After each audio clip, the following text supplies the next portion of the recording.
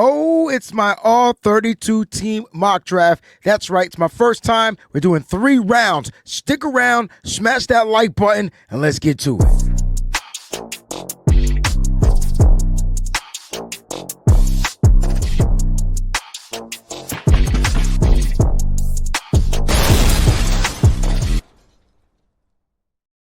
What's going on, everybody out there? It's your boy WayneBreezie, host of the WayneBreezie Show. Thank you guys so much for tuning in. Listen, I am here and I'm ready to deliver an all 32 team NFL mock draft. I take pride in these, and this is my first crack at a 3-round mock draft. Sound the alarm. Get everybody ready because it's about to go down. Before we get started, make sure you smash that like button. Don't forget, smash it, all right? And if you're new to the stream, go ahead, click on subscribe. It helps the channel. And if you want to support me here at the channel so I can continue to deliver high-quality content, go ahead and become a member of the Breezie Bunch crew. That's right, the Breezie Bunch crew. We are partnered with Residency. You can check out our hats over there in the back at www.residency.com. Use the promo code SFBreezie. All right, you'll save on your total purchase over at residency.com. Shout out to one of my cool friends out there. He has his own stuff going on out there called Goated Dudes. All right, you can see this cap that I'm wearing right now. Goated Dudes. Make sure you guys go ahead, support, check him out. I'm rocking a custom George Kittle Goated Dude shirt. So hold on, stand back, because we know George Kittle from the 49ers is the GOAT tight end in the NFL. Hold up. That's pretty damn fresh. You know what I'm saying? That's pretty damn fresh. So go ahead, man. Goated Dude. I'll make sure I put a link in the description of the show. You can go ahead and check out his gear over there. All right, let's not waste any more time of your time. Let's get to this mock draft. This is going to take a long time, so make sure you grab you some popcorn, grab you anything that you need, a couple of beverages, because we're going to be here and we got to give you 3 rounds. Now, I don't expect to get these picks 100% accurate, but I'm going to do my damned it best. Yes, damned it to get picks where I think these teams are going to draft players. All right, so this is where I'm thinking that the team is going to go, not what WayneBreezie wants, but where I think the team is going to go in the first round. So let's go ahead and get this draft started. All right, we're on the clock. All right, and I'm not going to use the standard 10 minutes for first round selection on day one, but in day one, round one, you got 32 teams selecting, and the Tennessee Titans are on the clock. It's really hard for me I'm really not sold on Will Levis. And I don't think that the Tennessee Titans are sold on Will Levis. And I feel like the best quarterback available in this upcoming draft is Cam Ward. And I think they go ahead and they take Cam Ward, and they'll have time. This might be a 2-round mock draft. Let me make sure I go ahead and let me restart this. Let me restart it. I just want to make sure that I selected 3 rounds. All right, that's super important. So 3-round mock draft. Boom, boom, boom, boom. Let's go ahead and start. Nope, I was right. I guess they don't have. They must not have a 3rd-round pick. Tennessee Titans. All right, so teams may trade up.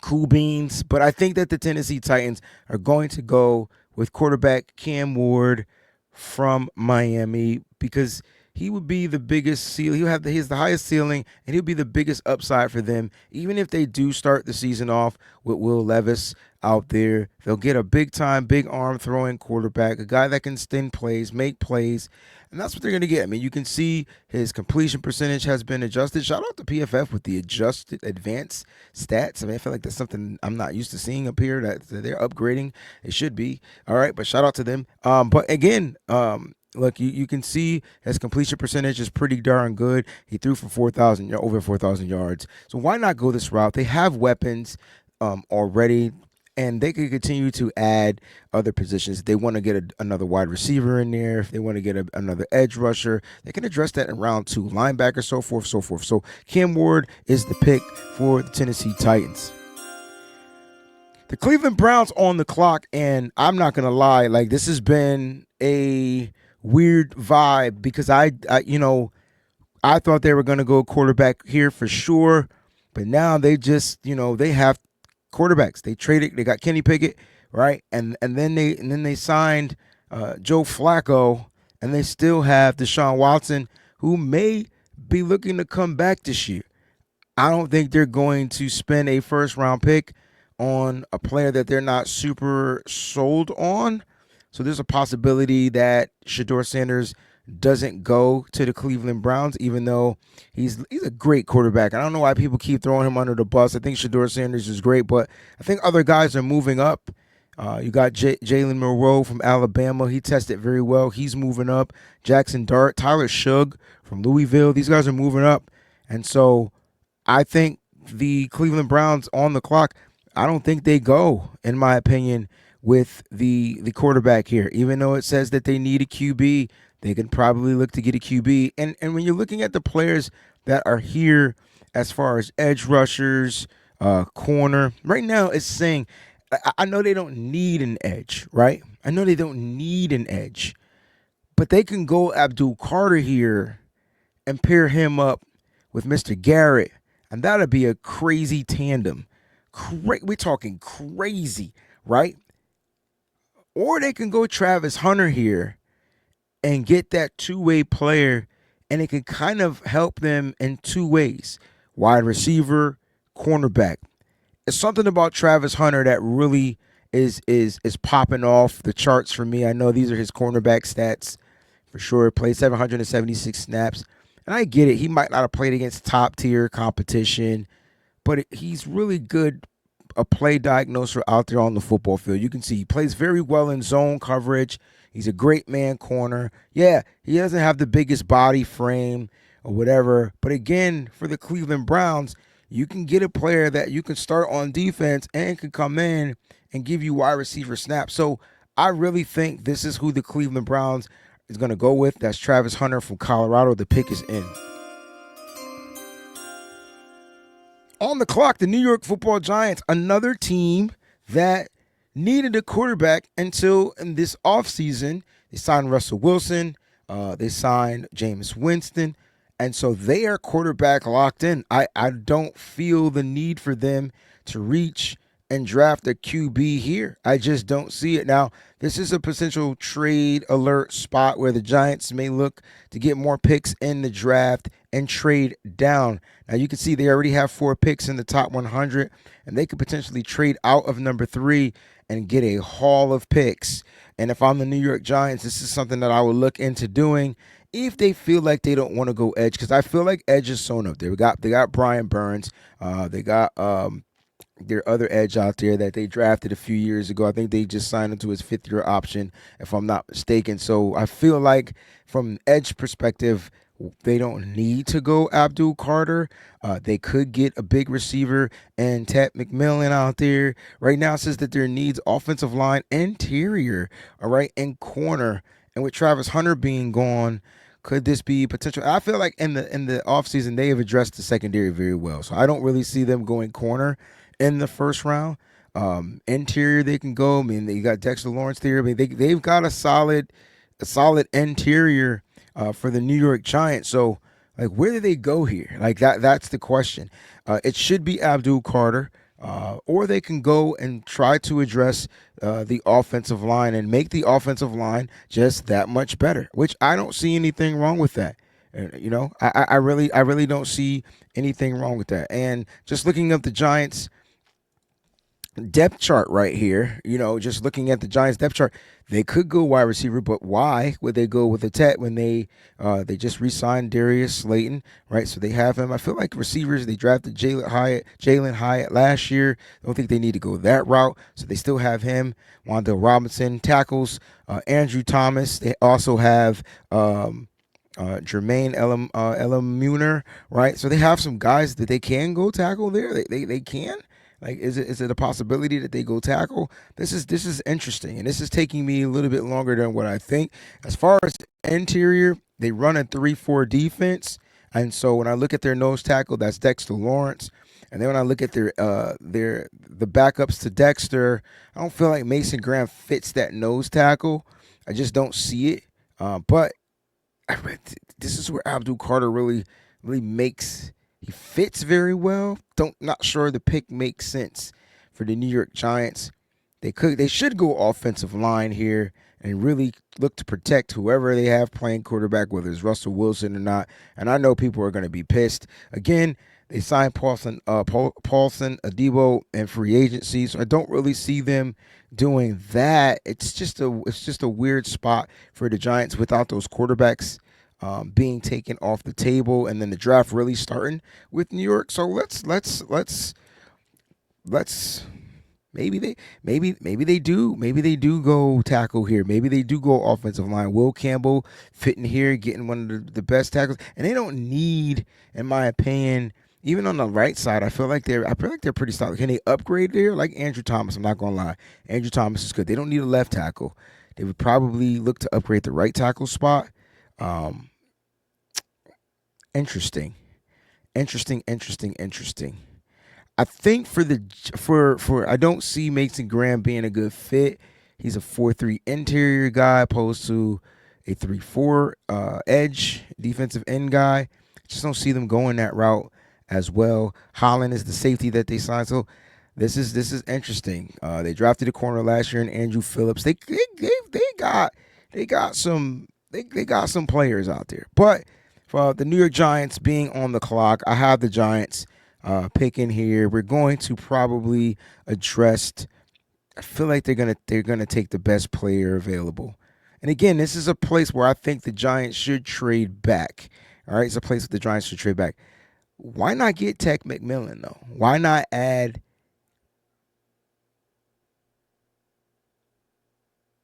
who plays tight end for the Giants? They did draft Theo Johnson out of Penn State last year. All right. Do they look to go back to another Penn State guy and then have really good 12 personnel out there on the football field? Nobody's actually talking about this. Could the Giants be a team that actually spends for a tight end and get a guy like Tyler Warren? I like it. The pick is in. Oh man, I've never had Warren going this early. Theo Johnson, Tyler Warren, 12 personnel. They got the running game from last year, the running back that they drafted. And I think that's a pretty solid pick. New England Patriots on the clock, and this kind of sets the Patriots up to taking like Abdul Carter, Ted McMillan, Mason Graham, Will Campbell. And for like I really think that the New England Patriots are going to go, they need to go offensive line. Like that's the position you would think that the Patriots would go, right? They would go offensive line. When you look at their offensive line, their left tackle, Mr. Lowe, Caden Wallace, they drafted him in the third round in 2024. Also, they got a right tackle in Morgan Moses. This is where Will Campbell makes sense. And I'm looking at their edge rushers. All right, their edge rushers. They signed Milton Williams. All right, they have Jeremiah, so they can go edge. I feel like this is where the Patriots, they go ahead. They got Harold Landry in free agency. They kind of run like a 3-4 style defense. Abdul Carter would fit, but they got Spillane as an inside guy. They got Anthony Jennings as an outside guy. Do they bring in? All right, they did sign they got Chase on here and free agency. Oh man, but Abdul Carter would be a stud here for the New England Patriots. But I really feel like they need to address that offensive line. But the pick is in. I'm not going to waste any time right here. We're going to go ahead and give them Abdul Carter. And so their defense, being a defensive-minded coach, they're going to be full throttle off the rip. Right now on the clock, we got the Jacksonville Jaguars. They need a receiver, tight end, interior, safety, and I'm just going to give them the guy that I think is going to fit them best. They already have the edge rushers on the defensive front. They can address the tight end and the wide receiver and even the safety later on in the draft. They could go corner here, get a guy like Jahdae Barron, have him play safety if they want it, but I think they go Mason Graham and the pick is in. The Las Vegas Raiders on the clock, all right? They need a running back, receiver, interior, corner, and, receiver for me, running back for me. I know those are luxury picks, right? I know those are players, those are positions that, oh, we can look to address it later. But when I look at who the Raiders' number one running back and number one wide receiver is, I really have to make my statement there. They just extended Geno Smith to a big deal. Now give him the target that he needs. The Raiders receivers, I'm looking at the Raiders receivers, is Ramel Keaton, Christian Wilkinson, Jeff Foreman, Trey Tucker. I mean, the list goes on. Jacoby Myers is their best receiver, former New England Patriot, a guy they signed in free agency, and he's their slot guy. So why not give them a big target on the outside? Can they continue to run the ball? Can they get a running back later on? Yeah, I don't think they need to go after Ashton NGNT with him being available when they can go ahead and get a big time X wide receiver. Something that I think the Raiders need. The pick is in. It's Tech McMillan for me. For the Raiders. And let me know what you guys think about the picks as well in the comment section after you smash that like button, all right? So feel free to let me know how you guys feel. And this is perfect because when I look at the New York Football Jets, we got Aaron Glenn as the head coach over there. And what's the easiest, way to kind of like fix that team? He's a defensive-minded coach. So I feel like defensively, he's going to have his team in tune. He already inherited, to me, great defensive players. I think he's going to look to address the offense here and really get the best players he can get offensively in this draft. And so they drafted Olu Fashanu as a left tackle last year.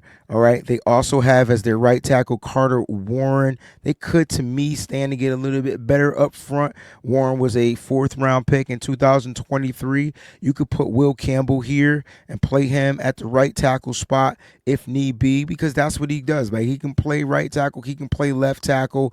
And I know he's going to be questioned to be a tackle. Is he going to be a tackle? Or they can go with the athletic. If they want to go straight up right tackle, they can go get Armand Membu, a solid right tackle that can also give them guard. And I actually like this pick here for the New York Jets. I think Armand Membu would be the perfect athletic type of tackle that they need.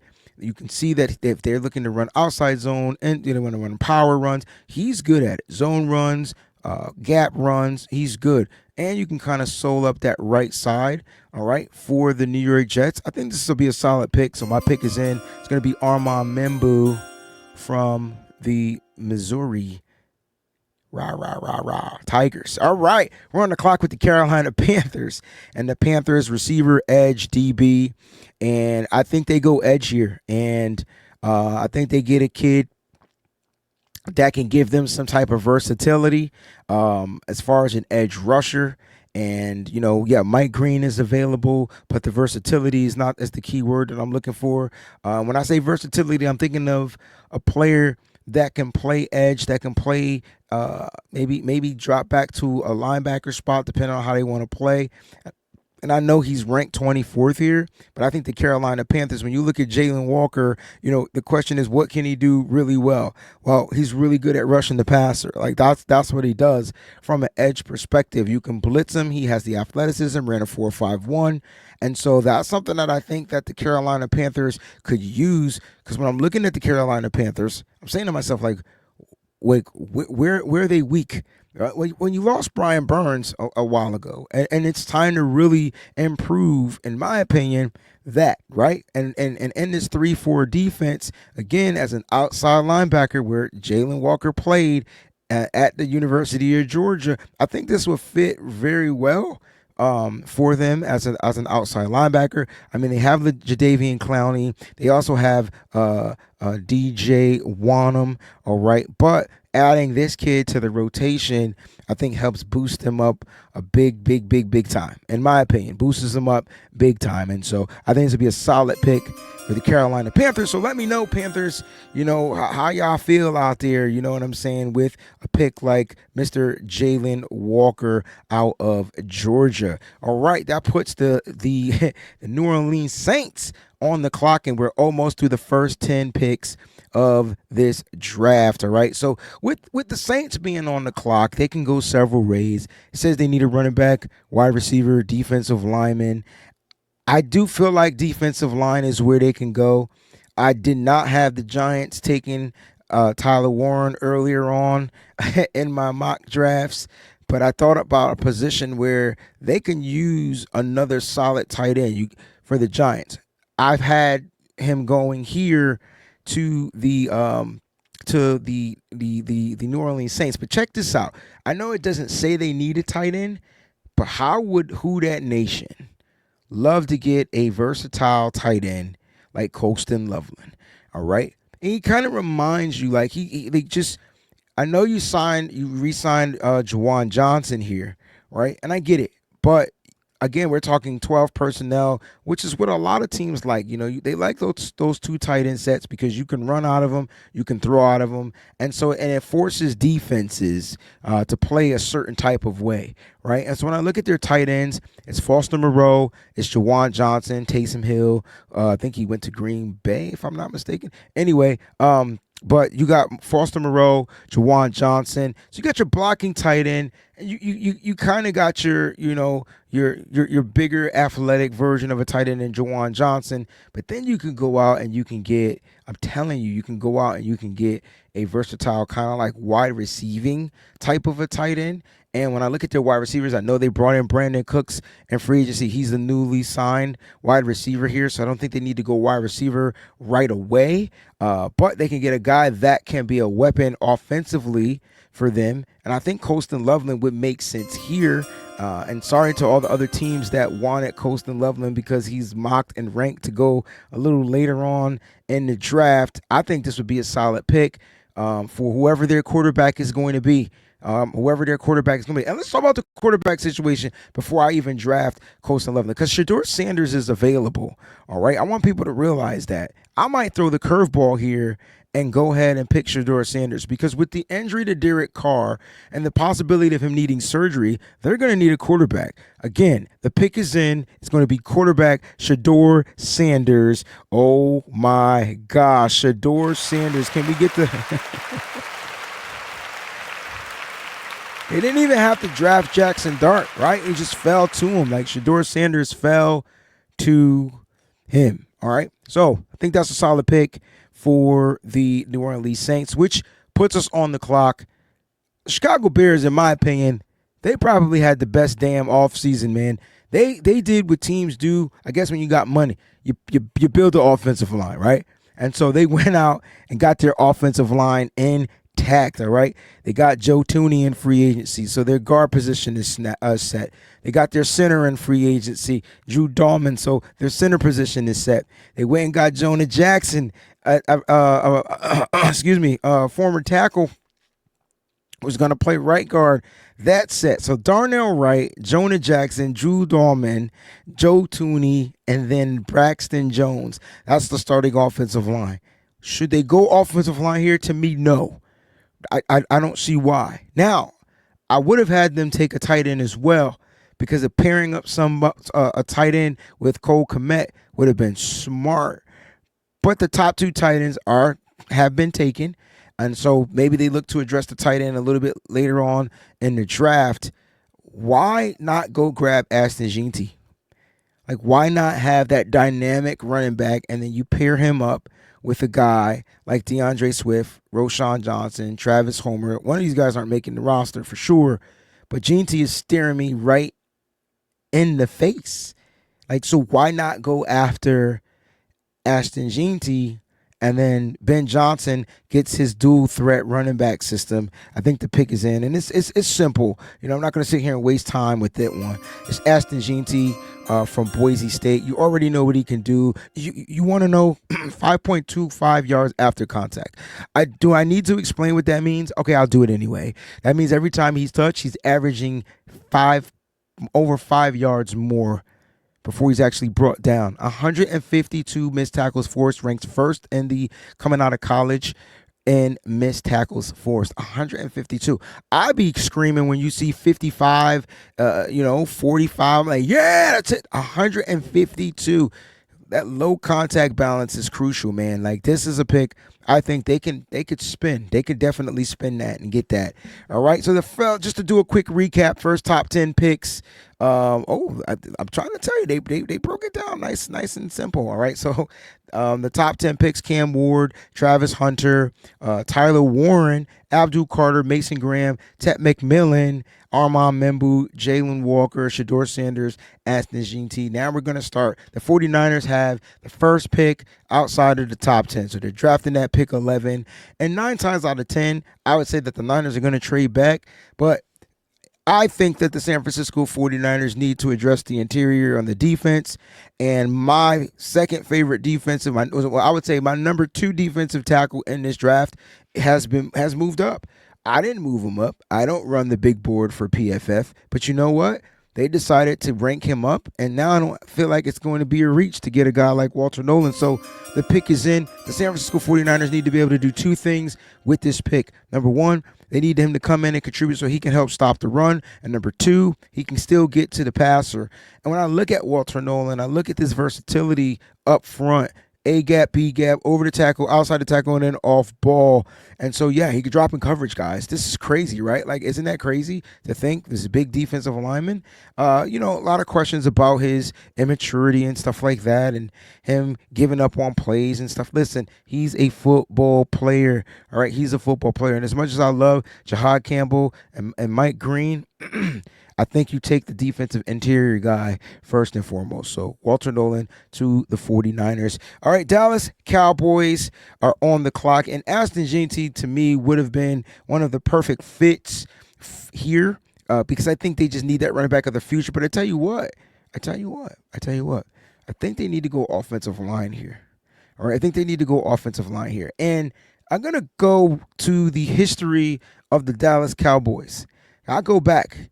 Right, and the Cowboys are known for drafting offensive linemen, and they're known for drafting big guys, right?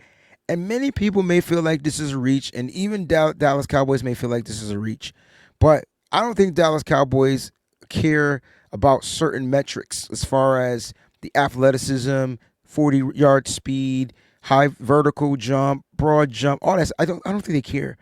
I think they want a guy that could come in here and knock a motherfucker out and protect their quarterback. I think about Tyler Booker from Alabama. That's exactly what he does. You want a strong motherfreaking guy up front, right? You want a guy that can give you tackle and guard and center. And you can see he can play on the left side, he can play on the right side. He was a tackle coming into Alabama, then he converted to playing guard because that's where they needed him to play. I think the Cowboys go that route. I know it's not a sexy pick. I understand that he's way down on the depth chart, but the pick is in. It's Tyler Booker, and the Cowboys up front just got that much better, especially after losing, key players to retirement and stuff like that. I think that's a solid pick, in my opinion. This pick is easy for me because I think the Miami Dolphins need to protect Tua, and they need to figure out, keep him upright, right? They need to keep Tua right. I do like Patrick Paul as their left tackle. Austin Jackson is their right tackle, former first round pick. But bringing a guy that I feel like you can kick in the guard if need be. All right, they got a free agent as the guard, right? They got James Daniels. But just bringing another guy to me on the offensive line. I'm not sure what's going on with Tyreek Hill there. Saw him in the news, but they don't need to go wide receiver here. They need to really shore up the front and protect. So Will Campbell is going to go to the Miami Dolphins. All right. Now, for those that watch these mock drafts that I've done in the past, it's been tight end, Tyler Warren to the Indianapolis Colts. They actually need a tight end. But listen, this is where it can get tricky. I think they can go with a linebacker here. I see Jahad Campbell on the clock. And why not? Why not go with a guy, to me, that's the best linebacker in the draft, whether you're talking off ball or whatever. He has edge experience, so he can play out on the edge, so he has the versatility. But as far as his processing as a linebacker, he's probably one of the best, if not the best, coming out of this draft with his tackling ability. His athleticism is through the roof. You saw him test at the NFL Combine. And I think, just looking at where they are, all right, you're looking at James Carley's, right? I'm just looking at their linebackers on the weak side. Zaire Franklin, okay, that's your Mike. That's fine because you want him to, you draft Jahad Campbell, you put him on the weak side for sure. In my opinion, that'll be pretty solid. All right. And so I think that'll be a big stand up, man. Jahad Campbell to the Indianapolis Colts. Never mocked him there before, but as stuff start to kind of like dwindle down, I think that'll be a solid pick. So the Indianapolis Colts get linebacker Jihad Campbell or Jihad Campbell. All right, look, everybody says edge rusher, edge rusher, edge rusher. Not going to waste any time. I've talked about Mike Green. He is available. Yeah, they need a center. They're not going to draft one in the first round, but they need an edge rusher more than anything. And with Jalen Walker being off the board, I really feel like Mike Green is going to go to Atlanta and definitely do what he does, baby. I hit that button multiple times, right? I'm getting it on. All right, Arizona Cardinals are on the clock, and this is, of course, my team's division rival, and they have several needs. They can go offensive line as far as guard. They can go defensive line. They need a corner, and I think I have the pick for them, just off the top, but I just want to make sure I check the team's rosters to see where maybe they can use need. I'm definitely going to go with a defensive player here. All right. And so when I look at their defense, they did sign Calais Campbell. So up front, they don't necessarily got to go. They got Dalvin Tomlinson that they brought in. So up front, I felt like they addressed the defensive front, right? Cornerback. Let's look at the cornerback positions because I'm looking at a kid that I think coming out. I know they drafted Max Melton last year. They still have Sean Murphy Bunton out there as well. They got Thomas V. They got Starling Thomas as well, the fifth out there as well. Why do I like corner right here? I do. I know they got Jalen Jones. They got Elijah Jones. I feel like corner would be reaching to get another corner. And I'm just looking at their nickel. They can go Garrett Williams, Keitrell Clark. They're stocked, but Jahdae Barron is staring at me right in the face. And I think his versatility is what I love. And they'll get another versatile player. If you're an Arizona Cardinal, I would love to know what you think. And I know, look, Calais Campbell is old. So let's go ahead and check just the defensive and the defensive line, especially the interior. Kenneth Grant here makes sense too. They were terrible at stopping the run as well. Do you go with should they go with a versatile secondary piece and Jahdae Barron, or should they go with a guy that they can shore up front and get that defensive lineman? And I really think they go Barron here. I don't. I really think it's going to be Barron. I do. Jahdae Barron the pick to the Arizona Cardinals.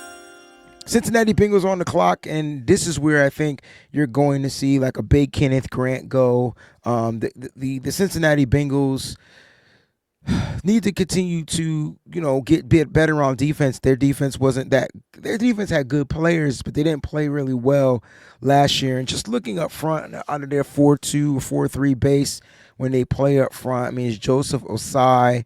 You got your left defensive tackle in B.J. Hill that they got. I feel like they need to really find a way to plug that middle. And it's funny because they drafted Chris Jenkins Jr., but if they get Kenneth Grant and then have a rotative piece in there, Grant will be the run plugger. You can use Chris Jenkins Jr. as your pass rush and defensive tackle. So it's all about the rotation and what they kind of want to do. They can also go linebacker here, but I think going linebacker here would be a reach. I think they could look to address the linebacker in round 2 or round 3. But the Cincinnati Bengals, in my opinion, I think they're going to go Kenneth Grant from Michigan. Seattle Seahawks on the clock. They're on the clock. Seattle Seahawks, don't really like drafting for my teams, divisional rivals, but we're going to do it anyway. I always think that the Seahawks need to figure out how to fix that offensive line, right? And technically, I would have had Tyler Booker going here, but I had him go a little bit earlier in the draft. But offensive line, they're starting offensive line. Charles Cross, Satoa, Sadaoa, Lumea, Lowell Maya. They got Oluwatimi, and then they got Anthony Bradford, and then Abraham Lucas. All right, so that's their starting offensive line. They did draft Christian Haynes last year as a guard. Don't really feel like they need to go guard here. They could go edge though. They could go edge. And just looking at their defense, when I look at their 3-4 base style of a defense that they like to play, they can go edge. They can get a kid like Donovan Ezeraku. And I know they signed DeMarcus Lawrence, but now I'm looking at the rotation outside as a 3-4 outside linebacker. And I think Donovan Ezeraku would be a solid pick. Oh, I hate doing this. Oh, I do. I do a lot. I do. Tampa Bay Buccaneers on the clock. And for me, both of those top tier linebackers are gone. So I feel like Campbell Walker would have been the perfect fit here to kind of come in and take over from their savvy vets at some point, Levante David. But I think they go edge here. I think they go edge, and I think they go with, I feel like they have a type. They have a type, and I understand he's 33 here, but I think Shamar Stewart is the pick. They're gonna get that athletic, big type of edge rusher out there, and Shamar Stewart would be a nice little fit for the Tampa Bay Buccaneers. The Denver Broncos on the clock, and they can go several routes. Now, I have 2 running backs going in the first round, and I see that one of their needs is the running back position. And if they can get the thing to me that I couldn't figure out about the Denver Broncos is they never had a consistent run game.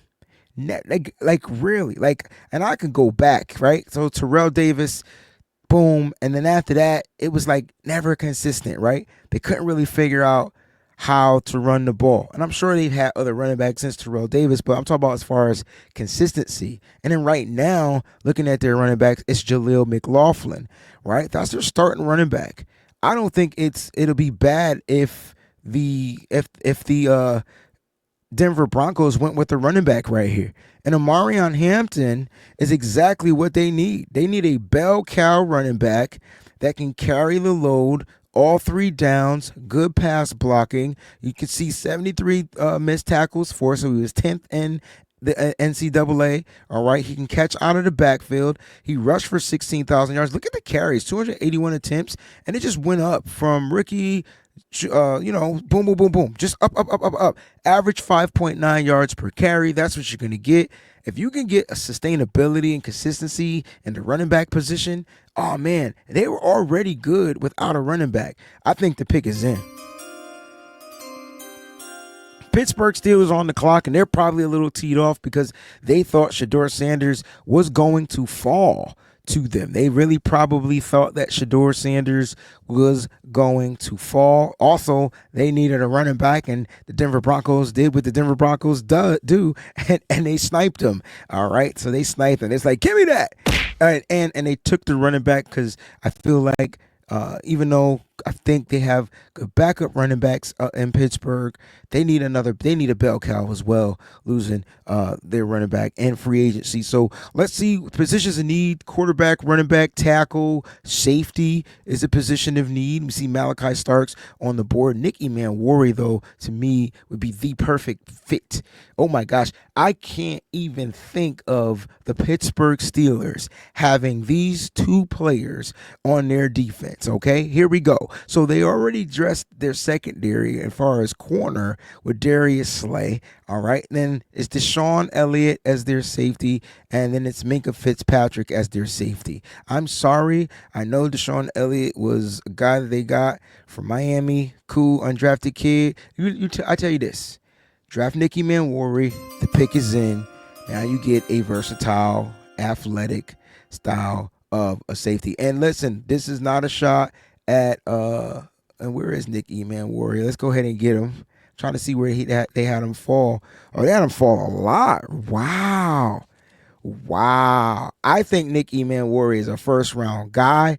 I see that they boosted up Kevin Winston Jr. I take that. I he would have been, but he's coming off of an injury. You can't possibly have him there. And you talk about the fastest safety in this draft got boosted down that much. I don't know what happened, but I think this would be a solid pick. When you look at Nick Emanwari, coverage grade is gear. He's still good against the run defense. He plays downhill really well. And Nick Emanwari and Minkah Fitzpatrick would be a tandem for a lifetime. So that's the pick for the Pittsburgh Steelers. I'm sorry that they got him ranked so low. Yeah, you probably could have got him in the second round. I really think he's going to go in the first round in this draft. You will thank me later. Chargers are on the clock. All right. Chargers are on the clock. They need a wide receiver, tight end, defensive lineman. Right. Wide receiver, tight end, defensive lineman. So Colston Loveland was one of the players that I'll probably projected to go here, but I think they can use a wide receiver. And I see Luther Burden the third staring at me. And can you imagine Luther Burden, dynamic wide receiver, guy that can get open, guy, great route, 6.1 yards. They're a yak team. Let's just call it like it is. You can line them up in the slot, 508 yards. They already got Ladd McConkey, who was killing last year. I think this would be a solid pick. They can go offensive line here as well. Just knowing what they can do, they can upstand to upgrade the offensive line. They went offensive line last year for the Chargers. I think they got Joe Alt, if I'm not mistaken. Just looking at their offensive line, they already got Slater. I think if they did go offensive line, they need to upgrade the guards. They did sign Mekhi Becton in free agency, so this allows them to kind of like not go that route. They did bring in Tyler Conklin as a free agent, so they don't have to go tight end there. I think the pick for me would be wide receiver for sure. It's Mike Williams, who they brought in as a big guy out there, cool, no beans, and Quentin Johnson, all right, Johnston that they have as well. But I really think Luther Burden III would be a solid pick. He's not just a slot guy; he can play in the slot. Now you got pieces that can move all around the chessboard. So I think Luther Burden III would be a solid pick there. Green Bay, wide receiver, no. I don't think they go wide receiver. Edge, no. But there's a cornerback that's available, and his name is Will Johnson, and he's staring at me in the face. I don't know what's going on with Zaire Alexander. I do believe he's on the team. I know people want to see Will Johnson run. They want to see what his speed is like, and you will get a chance to see his speed for sure at his private workout. But I will say this. If Zaire Alexander is there and they have Will Johnson, Jesus, oh my gosh, the pick is in for the Green Bay Packers. Will Johnson is the pick. All right, Minnesota Vikings on the clock. Running back says they need a running back. Interior says they need an interior DB. All right, they can go DB here. They can go with a corner. They can go with the safety. Malachi Starks is on the board. Nickel is where I'm thinking would be a nice position that they can look to stand to upgrade. So let's just check the Vikings and see how they are with their cornerbacks room. All right, safeties. Harrison Smith is back for one more year, and just looking at their defense, you got Joshua Metellus out there. You got Jay Ward. I mean, you got a former 6th round pick and a 4th round pick. All right, I mean, hey, like you can probably look to move up, like to get a better guy. Of course, they got Harrison Smith as well. So for me, I think drafting Byron Murphy is their nickelback. I think you draft a guy like Malachi Starks. He comes in, competes for the safety position, which is where his natural position is, and know that you have versatility there. He can play on the outside. He can play as a nickel, and that would be something that I think the Minnesota Vikings would do. Malachi Starks, as you can see, this kid can play all over the football field. Great against the run, good against the pass. I think it'd be a solid pick for the Minnesota Vikings in round 1.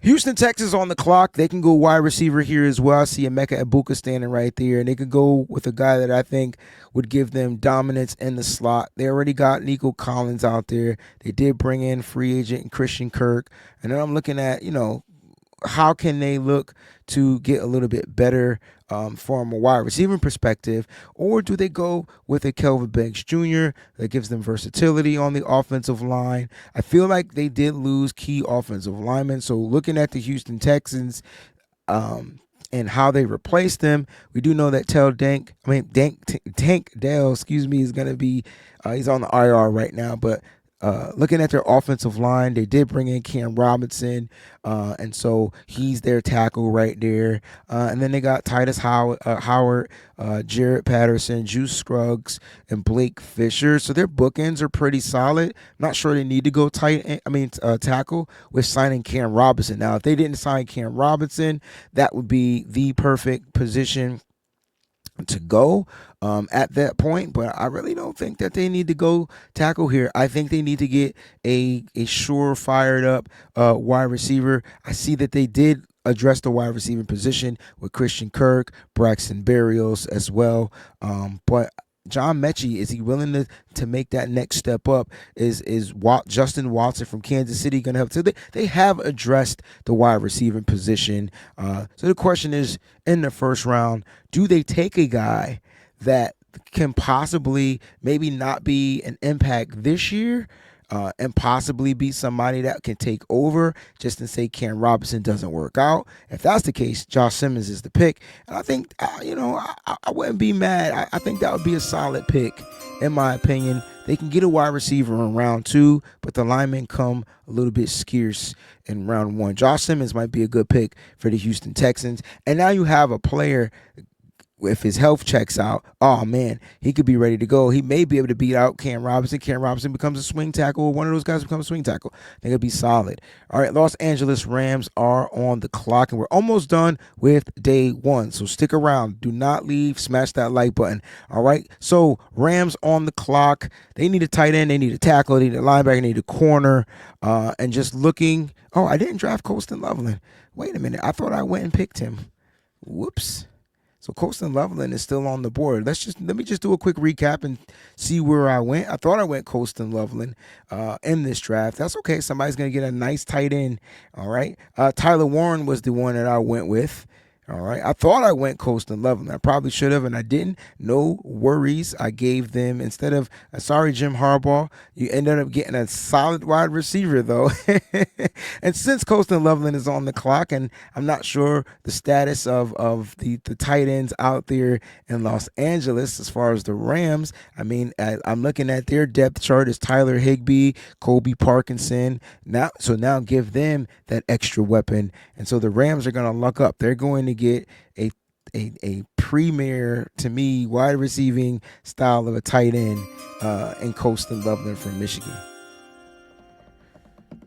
Baltimore Ravens on the clock. They need a guard. They need an edge. They need a DB. And just looking at what's available, okay, I see players are moving up. I like James Pierce Jr. here. I think he would fit perfectly with the Baltimore Ravens. I also think they need another type of wide receiver. But I feel like Zay Jones and Matthew Golden kind of are like the same player. So I wouldn't go there. But they definitely need an edge. James Pierce Jr. is productive as heck. Like, this kid is just a productive guy out there. One of the smaller edges in the draft, but he does stand tall, 6'5", 240 plus. I think he would be a dominant force in that pass rush for the Baltimore Ravens. He would fit their scheme, and the pick is in, James Pierce Jr. Detroit Lions are on the clock. Wide receiver, they can go. Doubt that they go wide receiver. Guard, they're going to probably look to address later. Edge rusher, they can go that route for sure. Linebacker, these are positions that they need. All right. Now, who do you feel plays? For me, looking at this list that's available, and I know Grazer Bell's listed as a tackle, but I watched him take all the guard snaps, and he took guard snaps at the Senior Bowl and played predominantly well. I just feel like he's that type of gritty type of player that would fit perfectly in Detroit. And when I say perfectly, I mean perfectly in Detroit. Like, he's just that guy. Taylor Decker, and then Graham Glasgow, Christian Mahogany. So they got guards there, but if they get kind of like, I don't think they don't need a right tackle. They got Penei Sewell. They don't really need a left tackle. They got Taylor Decker. All right. Their line is pretty stout. I think Christian Mahogany is going to be a solid player for them, in my opinion.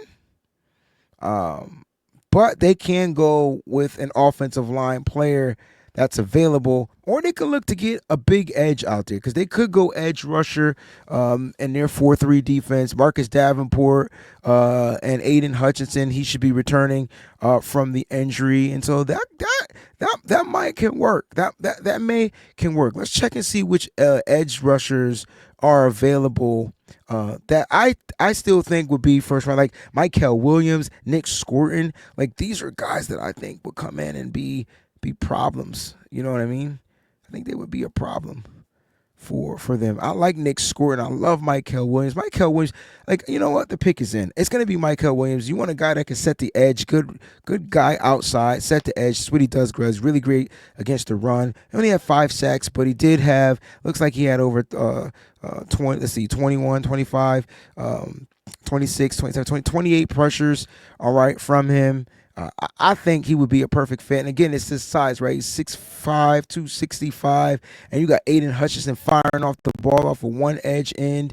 And just looking at their edge rushers, I think he would, Marcus Davenport is a little older. You can utilize him however you feel, but you get a fresh kid, fresh rotation, guy that's going to be moldable, a guy that I feel like that will fit their head coach's mind, set. I think that would be a perfect pick. So the pick is in. It's going to be Mykel Williams from Georgia. Washington Commanders are on the clock, and I guarantee you that this is where they were going to go as far as edge rusher. They were probably going to go with Mykel Williams, but I will say Gray Zabel is on the clock, and usually me being a 49ers person, I feel like whoever I want for the Niners, Adam Peters gets him for the Commanders. It happened the whole last draft. If not, just watch my shows. You'll see what I'm talking about. I'm looking at their offensive line, and Cosme Dunn, like, this is the perfect spot for Zabel because he can, even though he's a tackle and he's listed as a tackle, he's available. Or Kelvin Banks. So the question is, do you go Kelvin Banks? Do you go Gray Zabel? And you get a guy that could come in and can play. Who's going to be the best, I would say, at the guard spot, because that's the position that they necessarily got to fill. They traded for Laramie Tunsil, so they got their left tackle, but who's going to be able to come in and play that right guard spot? Can I kick Kelvin Banks over to the right guard right away? You know what I mean? When he's a left side guy, I know I can do Gray Zabel there, and I think because of that, Gray Zabel moves up ahead of Kelvin Banks Jr. Buffalo Bills on the clock. This is where I think Nick Scorton goes. And I know a lot of people, Nick Scorton goes here. But I do want to see their cornerback room because Trey Amos could go here just as great. But just looking at their edges, Greg Rousseau, Joey Bosa they brought in. And so you could draft that young edge rusher in round 1, right, and be stout at that position. They did sign Dane Jackson, free agent Dane Jackson, as their right cornerback, or is it Danae Jackson? And they also have Christian Benford there as well. But Trey Amos would be a solid freaking piece here, in my opinion. Like, Trey Amos would be a solid piece. So I think it comes down to, go with the better corner in round 1 or go with the best edge rusher available in Nick Scorton. You can see both of them right here. I feel like they go corner here because they're usually a secondary team, and that's going to be the pick. So Trey Amos to the Buffalo Bills. And this is like the perfect spot for Kelvin Banks Jr. because Kansas City is going to go offensive line. They could go defensive line here. They could go get a pass rusher like Omar Norman Lott. All right. They could go get a guy like Derek Harmon. All right. And so, like, the Kansas City Chiefs, they literally get to play with house money. Do they get a guy that they could pair up with Chris Jones, and get the mountain up front? They did sign Jerry Tillery in free agency. They do have Mike Pennell, but this will be a perfect spot to me to get a big freaking interior guy. I like Omar Norman Lott, high pass rush win rate, but the highest pass rush win rate goes to a guy named Derek Harmon. I don't know why he's fallen out of the first round. He won't be available in the second round for the Chiefs. I think Derek Harmon would fit the Chiefs perfectly because you look at that 17.6 pass rush run rate. You're looking at a guy that's pretty stout out there. He's good against the run. Does have a few missed tackles here and there, but overall, like this guy has the part. Can you imagine a big 6'5"? I think Chris Jones 6'5", 6'6" against another one. Like those twin towers up the front would be dynamic. That's the pick for the Kansas City Chiefs. And this is what happens in the draft. Players are going to fall. Like players are going to fall in the draft. Like it's crazy the way you look at it. And so now I'm looking at the Philadelphia Eagles, and it says that they need corner, they need a guard, they need an edge. Yeah, cool. Nick Scorton is available, but I think they like they got edge types, right? They have types of edge players, like who's going to be quick off the run, who's going to be a guy, like stuff like that. So if they go edge, it's going to be that type of a player. Braden Swinson from LSU would be a perfect pick there. It probably won't be able to get him in the second round. I don't really think that they need an edge, even though it says they need an edge, but we know that the Philadelphia Eagles love rotating guys in there. Can they go linebacker here for sure? But they do have some pretty good edge rushers, and you're looking for those 3-4 guys. So you're looking for those guys that are quick off the ball snap, lighter, a little bit lighter, quick off the ball snap. And so when I'm looking at the Eagles, the question is like which of these players have that build. Princely, Uman Malin, seems like he would fit them perfectly, right? Perfectly. And so he's a possibility. We could look at him. It says they need offensive line, guard. Again, this is where Calvin Banks can go. Just looking at their offensive line, you got Jordan Mailata out there. You got Landon Dickerson, Cam Jurgens, Tyler Steen maybe. Lane Johnson is still there. And again, we're talking about converting a tackle into a guard. And he's the best player available from the offensive line perspective. And so just looking at the interiors, yeah, Tate Ratledge looks like he would fit the part. He's a mean guy, plays mean up front, but I'm not going to draft him in the first round. This gets interesting. They could go with the best wide receiver, and I think that's what I'm going to give them. Like, they don't need a wide receiver, right? I'm looking at their wide receivers. A.J. Brown, Jahan Dotson. They just signed Terrace Marshall Jr., okay? They got Johnny Wilson, the big wide receiver last year, okay? Danny Gray, they picked him up. Elijah Cooks, Devontae Smith, Anaya Smith. All right, that's funny because we have one of those coming out in the draft this year. But I like Matthew Golden here. I feel like the Eagles can play with house money and they can go get that wide receiver. They can go and get a wide receiver. They're stout on the defensive front. They're stout on the offensive line. I think they can spin and they can get a guy like Matthew Golden. All right, we're moving into round two. It took us almost an hour to get through round one. I talked a lot, so I'm going to talk a lot less, and I'm going to draft players now. All right, so we've already addressed in round one. We gave the Cleveland Browns, they're on the clock, and in round one, they got the cornerbacks, and they still need a running back, wide receiver, and this is where you can get your wide receiver. I think in round two, I know they got Travis Hunter, all right. They can even go quarterback here. All right, they can go offensive tackle here. All right, and this is where like players are falling. Right, players are falling. Looking at the Cleveland Browns offensive line, DeJuan Jones. I remember him from Ohio State. Joel Bitonio. They can go offensive line here. I actually like offensive line here. Calvin Banks Jr. here makes perfect sense. That's the pick. New York Giants on the clock, and again in round one, just to scroll back to see who we drafted for the New York Giants. We got them a tight end, and they also need offensive line, defensive interior, and this is where I really feel like they can kind of like start to pan out, right? They can go offensive line here for sure. I like Josh Connerly. I think Josh Connerly will be a good fit here, in my opinion. Left tackle prospect. You get him in the second round. I think that would fit perfectly for the New York Giants. Just looking at their offensive line, it's okay, but it can stand to be better. The only thing is you got Andrew Thomas at the left tackle, and I don't really think Josh Connolly can play on the right side. I'm just not convinced. Watched him at the Senior Bowl. Didn't really do it for me.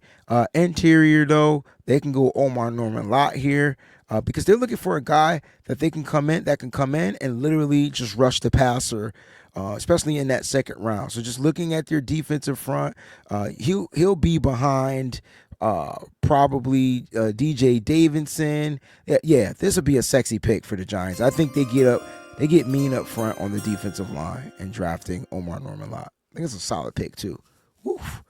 So Tennessee Titans are drafting here. They are pick 35. All right, and then they don't have any more picks. I don't think. They don't have a round 3 pick. So we gave them a quarterback. Let's give them a wide receiver, right? Let's build the offense up for the Tennessee Titans. Because looking at the Titans, they're I like it's Calvin Ridley, it's Treylon Burks. They did sign Van Jefferson, and they do have Dan Moore. I mean, they have got Van Jefferson in free agency, and then after that, I'm not really sold on Treylon Burks. Like I feel like they don't really know what to do with him. So yeah, they got Van Jefferson. You could take Van out of the slot, put Emeka Ibuka in the slot, and call it a day. I think that'd be a solid pick, and they get themselves a quarterback, and they get themselves a surefire wide receiver. Jacksonville Jaguars, they went Mason Graham first, so they got interior. Says they need a safety. Kevin Winston Jr. is there. I know he's coming off of an injury. Just not sure teams want to spend high draft capital off of a player coming off an injury. But I will say, man, if he was able to play, he'd probably be the top safety in this draft, right? He'd probably be the top safety in this draft. Kevin Winston Jr. would be a solid pick for them and really shore up that defense with the Jacksonville Jaguars.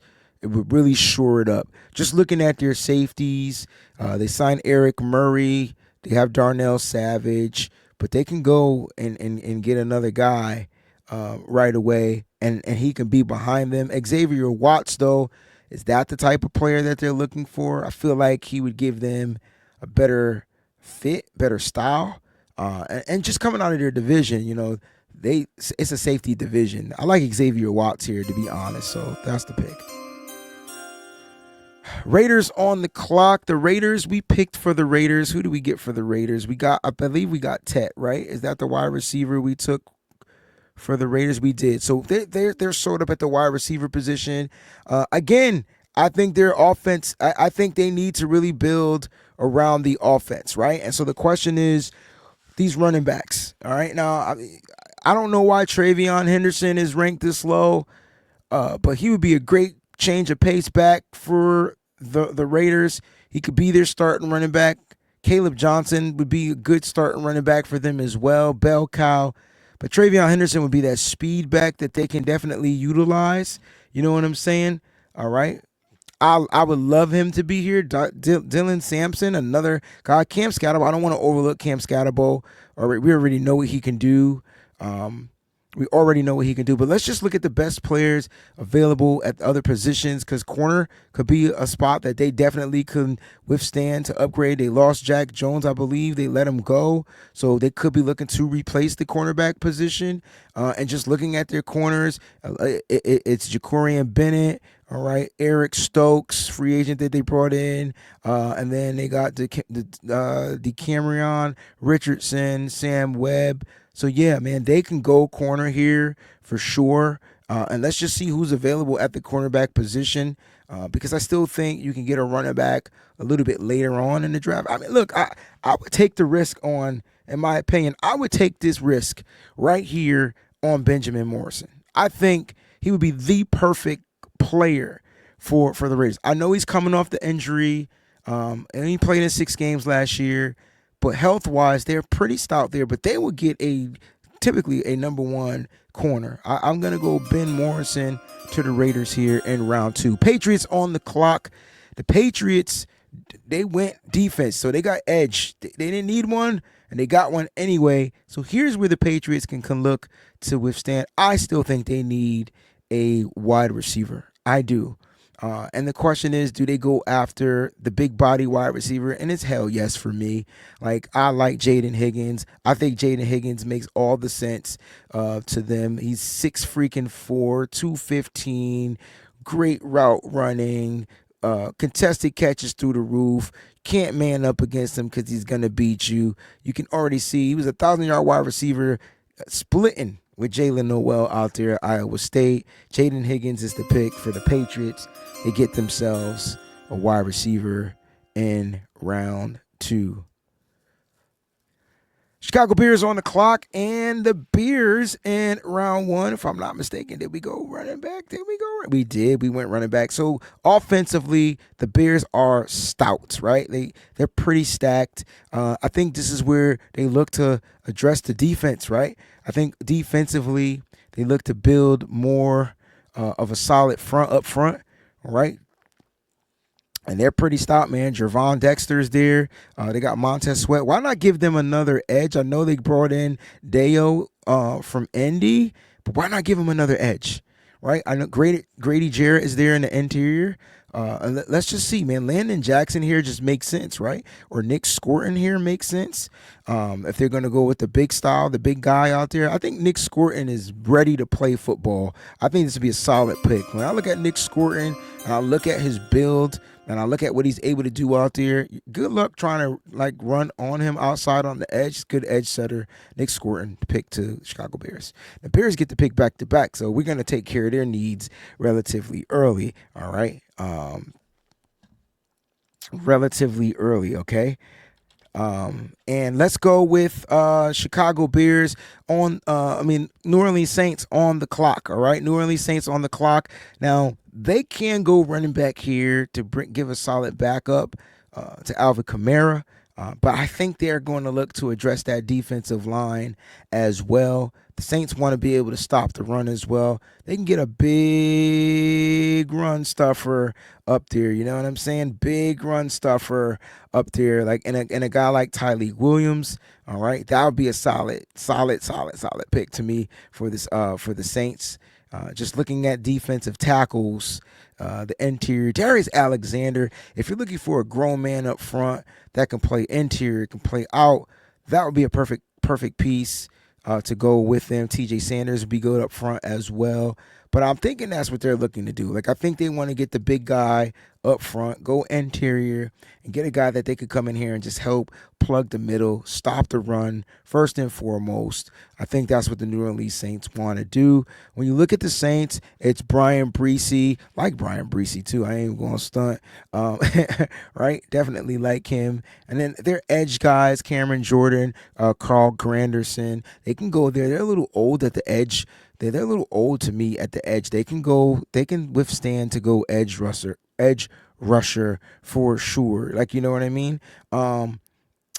They did bring in Devon Godchaux, so they're not gonna go Tyleik Williams here because they got their nose tackle. Let's look at edge rushers. I think edge rusher might work really well. Landon Jackson is available. Looking for a guy that'll be good rotational. You talk about getting a big guy. Great again, and the key is to stop the run, right? But he can still get to the quarterback. You see, he finished with 7 sacks. Watched him at the Senior Bowl. If you watch the actual Senior Bowl game, he was like the defensive MVP of the game, right? I like this pick. Give them some rotation. Young kid out of Arkansas, Landon Jackson, to the Saints. All right, let's go safety because it says this is what they need.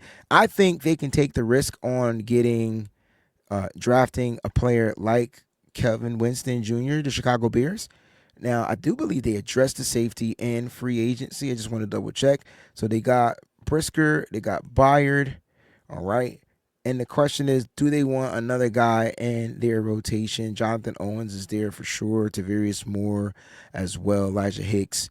I don't feel like safety is a big need for the Chicago Bears. But why not have the best player at that position kind of like fill in? I really don't think they need to go offensive line, even though they can. They can also draft another wide receiver here. Like their wide receivers, not gonna lie. They did bring in Olamide Zacchaeus as their slot guy. Roman Dunze, DJ Moore. Their wide receiver room is pretty stout, in my opinion.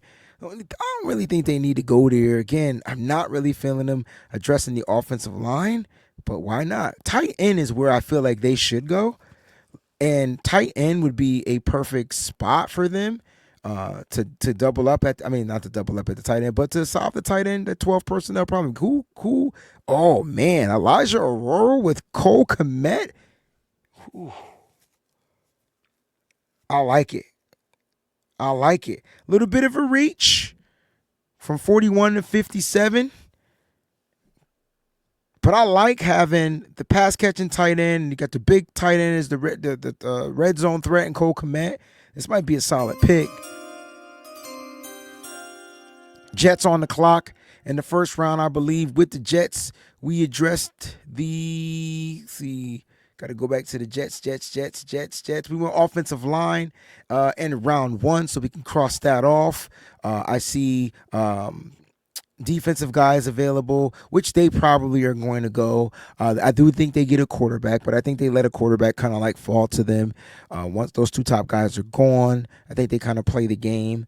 But for the New York Jets, all right, the New York Jets, they definitely can look to go in a different direction. They could go wide receiver here, and I don't see why not, right? I see Elick Manor available. He is a great wide receiver, in my opinion. They only brought in Josh Reynolds and Tyler Johnson as free agents.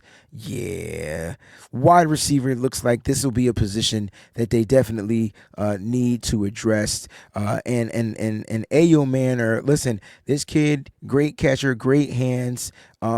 Because he catches almost all the 50-50 balls are pretty much there. Deep catches down the field. Look at his missed tackles force. You want a guy that can get you some yak yards? This is a guy that can catch the ball and get you yak yards. You can see slot yards 120 lined up in the slot. Can't play off the screen. Not a 1,000-yard wide receiver, but definitely saw his amount of targets, 109 targets in Stanford. Not having a real good team to throw the ball. I think this would be a solid pick for the New York Jets. 49ers on the clock, and in the first round, we went defensive line, right? We went defensive line, and, a lot of people may feel like they don't like this guy, and I just happened to see him fall to the 49ers, and I think they go offensive line at some point in the draft. The question is when, right? The question is when. Can they look to go edge rusher? Have all the edge rushers been taken that the Niners are pretty much are kind of like in on? I really like Braden Swinson out of LSU because when I'm looking at, first of all, his size, he's the perfect size, right? He's 250, right? So he's like not 260, but he's not under he's over 240. And I like that, right? I like that. And I don't care if he played in a 3-4. I think this guy would be a menace in a 4-3 defense, putting his hand in the dirt, going after to get the quarterback. So for me, for the 49ers, when you look at what he did, pass rushing rate from an edge position, 22.1%. Not as great against the run. He's not bad, but not as great as setting the edge. But this is round 2, and I'm looking for a guy that is going to rotate in and just be able to get to that quarterback when we need him to get to the quarterback. I think that is partly like the key that I'm looking for. I like Princely, Uman, and Malin out of Mississippi as well. The Niners can't go offensive line and get a guy like Donovan Jackson, have him come in and play guard right on the left side. That's a key piece. We're not talking about where the Niners are missing a key piece. I think Donovan Jackson will come in and play guard right away. Right away. And when you look at this game, who did he play against? I'm looking at the game against Marshall. Who plays on Marshall? Mike Green. Look at his grade. His grade was good. Best game all season. It was probably at the guard position. He did have to switch to play tackle, which probably hurt him a little bit, but as far as his grading. But as a guard, I kind of like him. I wouldn't be surprised if the Niners do that, but I really feel like they go guard 3rd round. I do. I do. I think they go guard 3rd round. I think they get the premier guys early, and then they go get that combo guy a little bit later, right? I think they get the combo guy a little bit later. They could go corner here, but I think they got their eyes set on certain corners that they like. And so for me, I'm going to go with Braden Swinson, edge rusher out of LSU. Dallas Cowboys did not get themselves a running back in the first round, but they did get the guard, and I think this is where they're going to go, and they're going to get a wide receiver or a running back. And right now, the best running back available, they need that bell cow back. They don't need, I love Travion Henderson. He's my third-ranked running back here. But is he going to be? Is he more of a scat back? Is Dylan Sampson more of a scat back? Those are the guys that can't block on passing downs and things like that? You know what I mean? So I'm kind of a little nervous about them getting a running back at that caliber. Cam Scatterbo makes perfect sense. I don't care about these rankings.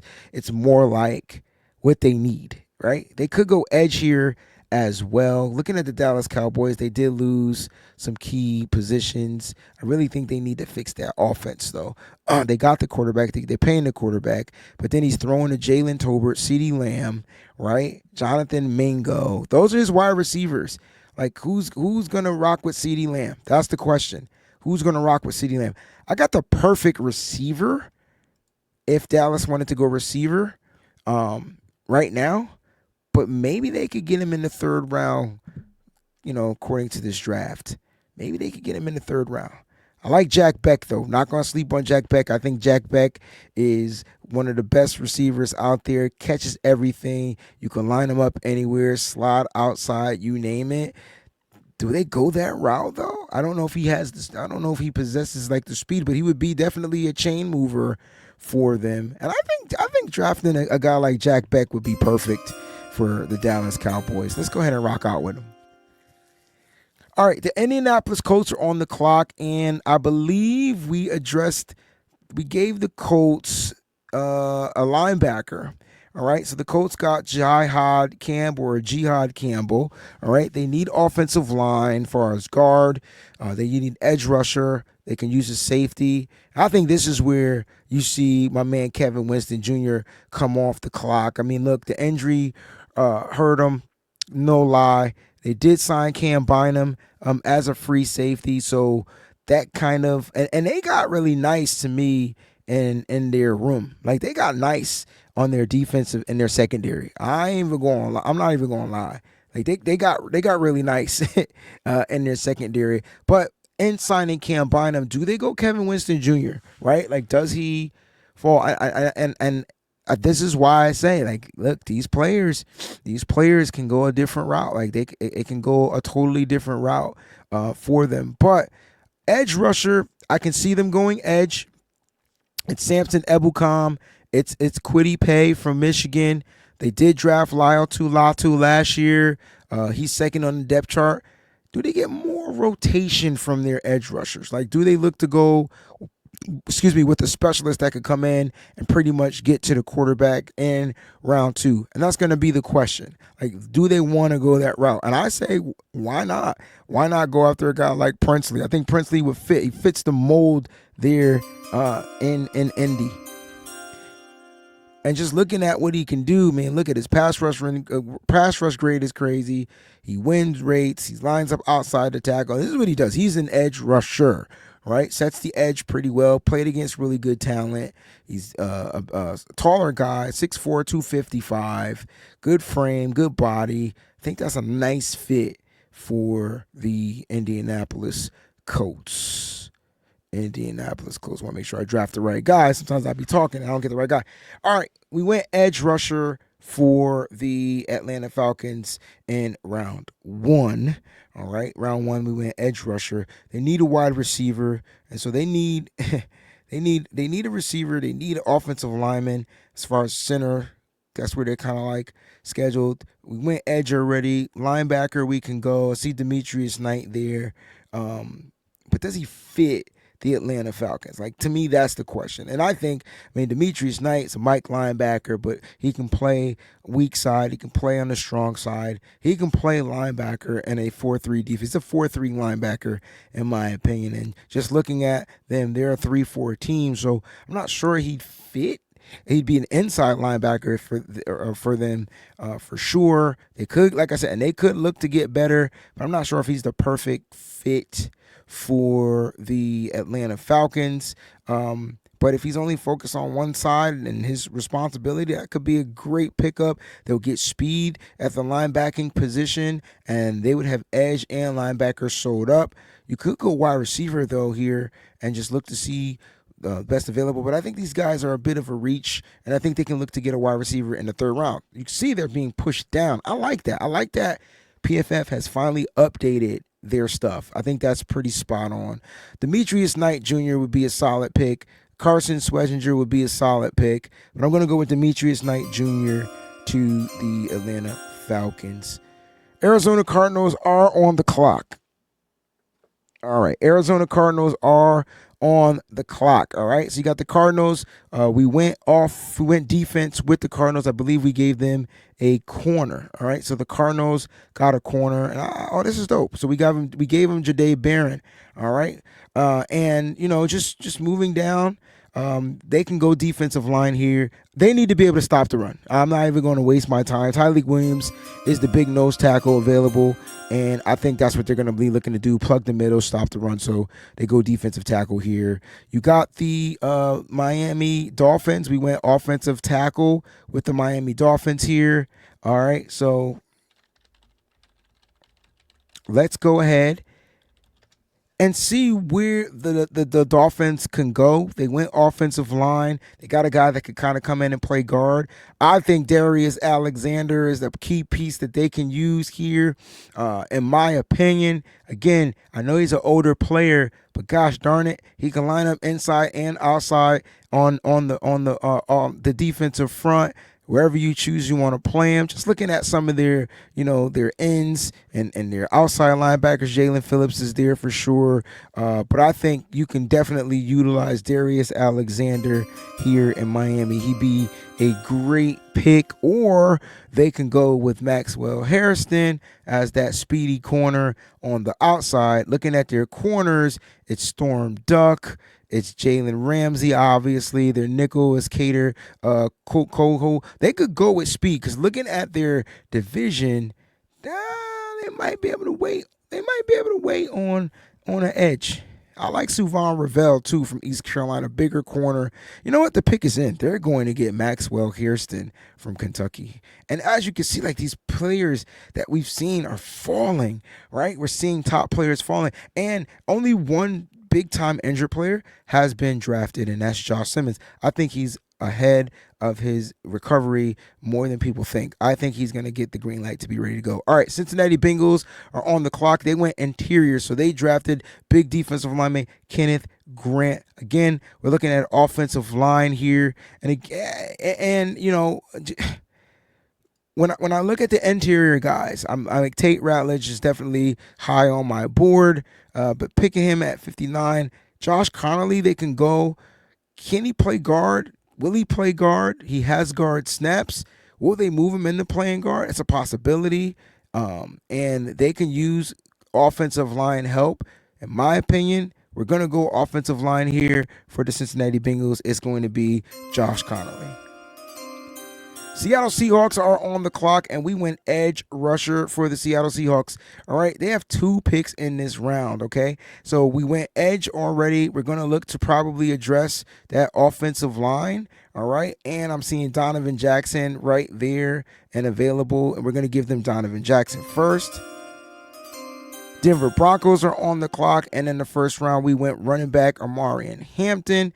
Again, they can go with defensive interior, which I think this is where Darius Alexander is going to go. They like those fired up defensive guys. They drafted Nick Bonito last year. A couple of years ago, was really high on him. They brought in Dre Greenlaw as their linebackers, but just looking at the defensive front, like DJ Jones is their nose. Oh man, you put Zach Allen, DJ Jones, John Franklin Myers, and Jonathan Cooper. All right, I mean, like just looking at like they got some guys. I do like Nick Bonito as a right outside linebacker, but I do think Darius Alexander could be an upfront guy for them. That's the pick. Seattle Seahawks back on the clock, and right, so we've already addressed offensive, so the trenches have been addressed. The question is, where else can they stand? I think they need a wide receiver. I think in the second round, 2 second-round picks, they can take a flyer on one of these guys. I think Trey Harris is the guy. I understand that he's 71. This guy is not that far down.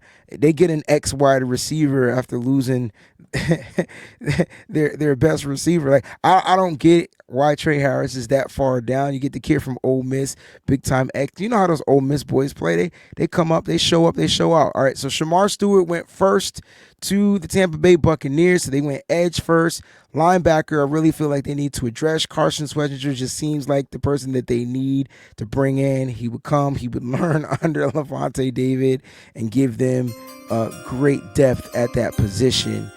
Green Bay on the clock. We went Will Johnson here, if I'm not mistaken. I still don't think they need a wide receiver. That's just my opinion. But they could go wide receiver and they could go edge. I see JT Tuamalo there. They could go there. I like Olawufemi Oladejo. I think he would fit there perfectly. That's the pick for me. Former linebacker converted into edge rusher. I think that'd be a solid pick. All right, Chargers are on the clock. They went wide receiver first, tight end, defensive line. I see TJ Sanders available. And I'm trying to figure out, I just want to make sure and double check looking at their line. And I'm sorry if this is a long show. I told you it was 3 rounds, so make sure you guys smash that like button. Right now, I'm just thinking to myself, looking at their defense, it's Deshaun Hand.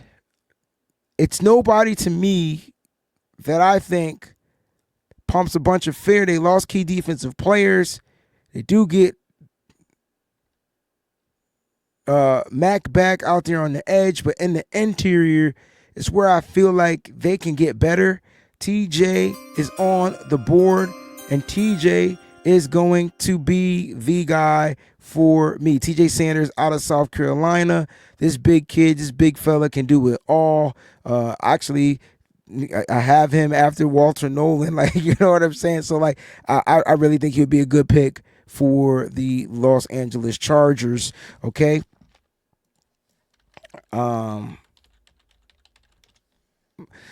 So we're on the clock. We got the Buffalo Bills on the clock, and then the Bills we've addressed. If I'm not mistaken, we went corner. We went Trey Amos. All right, so we definitely sold up. I don't think they need a freaking linebacker. I like that linebacking room, not gonna lie. But let's look at this edge rusher from Ohio State, and this is a guy that I like, right? Because he's a good pass rusher. He's good against the run, and that's what I like, right? And he's a dog. Right, he plays with a dog. Buffalo Bills, they're going to get JT from Ohio State. The pick is in. All right. Panthers on the clock. We went edge early. We got linebacker early, so kind of linebacker edge. This is where I can kind of see a player, again, 2 injured players staring at me in my face. Well, 2 players, recovering from an injury. Kevin Winston Jr., Suvon Ravel, and looking at the Carolina Panthers, safety, corner, secondary, just looking at them. Mike Jackson, J.C. Horn got the big deal. That's their corners. Their nickelback, Wade Smith. Boom. Cool. Got him. Got him. Their corners are locks. They did sign Trayvon Moreg as a free agent, and then they have Damani Richardson as well. Secondary could be a spot where they can go. And Suvon, they could take the risk on getting a guy like Suvon. They could also look at They got the linebacker and Jalen Walker. They could look to go ahead and look for an edge that they feel like can come in and fit. But I think they can wait to round 3 to get that. I think this is where they're going to take kind of like a flyer, or do they draft a running back? Love their running backs. I love Chuba Hubbard. After that, that's where it gets a little tricky for me, right? Because it's Chuba, and then they did sign Rico Dotto in free agency. Jonathan Brooks is on. He's not gonna play this year, so they don't have to go running back here either. I told you it gets interesting. It gets interesting. I don't think they need another wide receiver. Do like Jared Ivey out of Mississippi. All right, you want a guy, another big guy. Like, this is what they do. 6'6", 285 is a big dude, man. Very strong. They can go that route, pair him up with Jalen Walker. Those two guys on the same sides would be monsters. I think my pick is in. Houston Texans, I believe we went with the tackle here. So we did go with Josh Simmons. They took the risk on Josh. And this is where the wide receivers are going to come in at some point. I do think they get another wide receiver. And then they get one of those weapons. The one thing I love about D'Amico Ryans is he's going to look to get a guy that he can get the ball in their hands and do damage with. And that's where Jalen Royals comes in out of Utah State. And you look at Jalen Royals, he's not Deebo Samuel, but he's a guy that is a playmaker. You get the ball in his hands, and he can get you yards, whether it's in the screen game, whether he's lined up in the slot. You can see his production in the slot. 17 missed tackles forced from a wide receiver percentage. I mean, sign me up. Did play with an injury. So he got 839 yards in 7 games. I want that to resonate in people's minds, right? In 7 games. So imagine if he finished the other 4, 5, 6 games.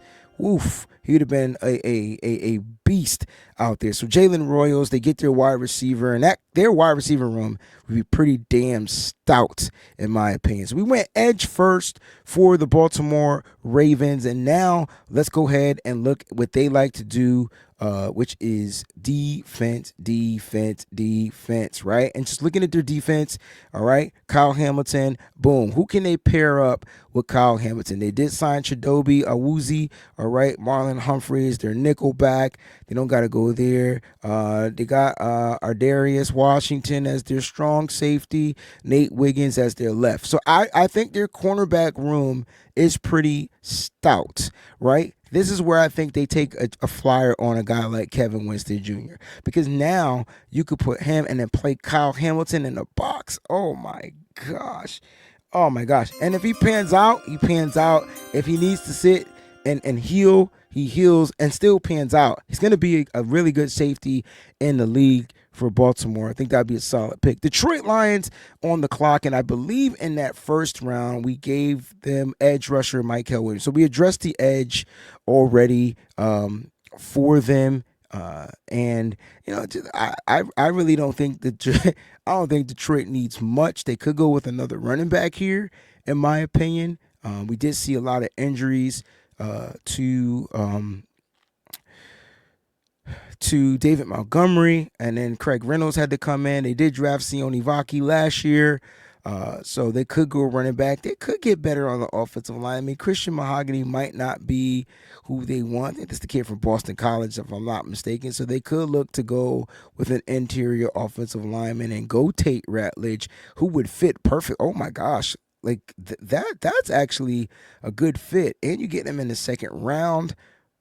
I just don't think they need to go wide receiver here. Looking at their wide receivers available, they don't need another freaking. That's who Kyle Williams remind me of. Amon-Ra St. Brown. I couldn't figure out like how to comp him. When we're looking for a guy that could just get open, Jesus Christmas, like this guy could just get open.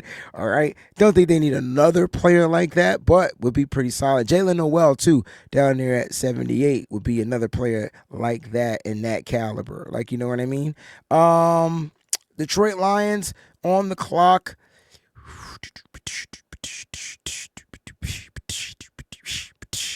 We went edge. I think if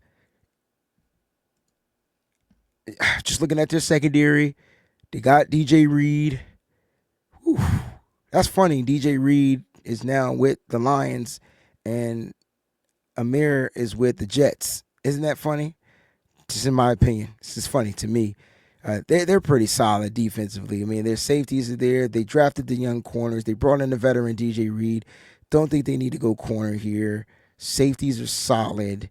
They could go safety, but not. I don't think they go it right now. And they got Brian Branch and Kirby Joseph. I think take Rowley just to pick, man. I think they go offensive line and just show up the front, right? Get young, get mean, get healthy. I don't see anything wrong with that. We're soon to be in round 3. In round 3, you have the compensatory picks, and they will be done. And this is the longest stream that I've done. And for those that are mad that the stream is long, I do apologize. But I wanted to do my first full mock draft, so make sure you smash that like button, all right? And feel free to subscribe to the channel. You guys can leave comments all throughout the comment section, and I'll do my best. Let me know if you give my picks a thumbs up or a thumbs down or whatever. I know sometimes I'll be off the chain or whatever. Washington Commanders, they went, this is their last pick in the draft, so they got it in our draft. So they got to get this one right. So Grazer Bell is where they went first. They got a guy that can play up front on the offensive line. And so now I think this is where you can see them draft a playmaker, like an impact player offensively. They don't need to go wide receiver. They got Deebo Samuel in the trade. All right. I think offensive line, they're pretty stout. We addressed that already.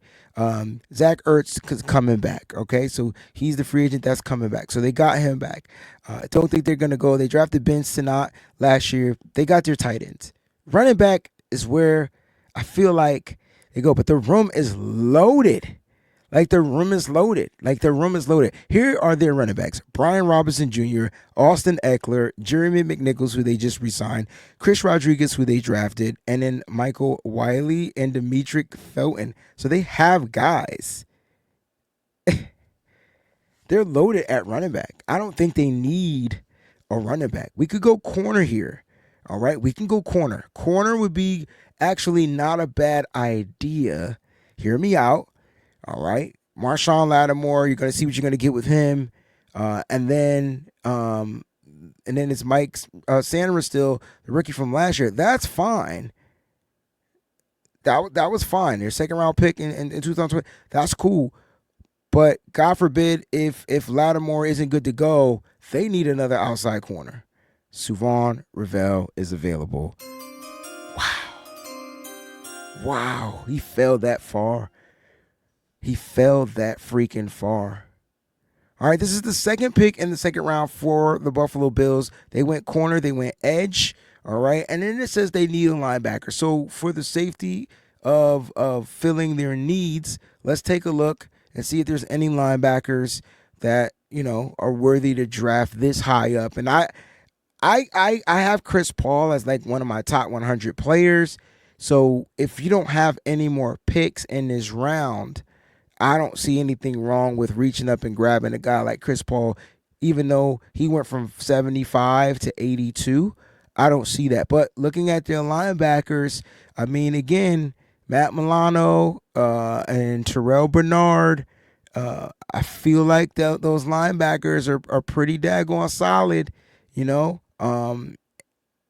Dorian Williams, I mean, Baylor Spector. I mean, I guess Edewufon Olafushio, liked him coming out of college. Does he take a step up? Do they draft another linebacker here? I don't think they're going to reach for a linebacker right here. I don't think that would be wise for the Buffalo Bills. So I think they go after and they look at positions and players that they could just add great depth to, right? Great depth.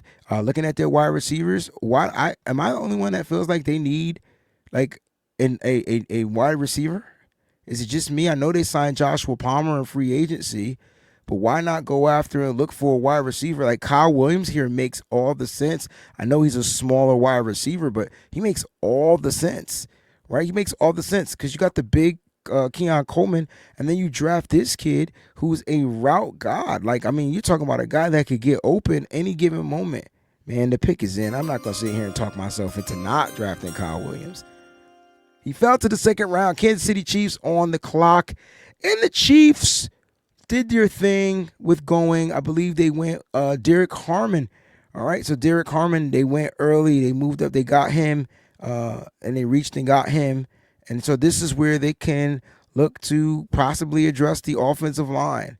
and you look to see what offensive lines. And Ariante Ursary is staring me right in the face, and that's the pick. I think they get better up front, and I know they already addressed the tackle position. Yes, I'm not silly because the players came from my team. So I already know they signed Jalen Moore. They got Kingsley Solomon-Matea last year. Trey Smith they brought in from and they got him in here, right? Jawan Taylor, another person that they got, right, that they have. Wanye Morrison, will he step up? I think this is where they bring in another guy, man, because they got to get this pick right.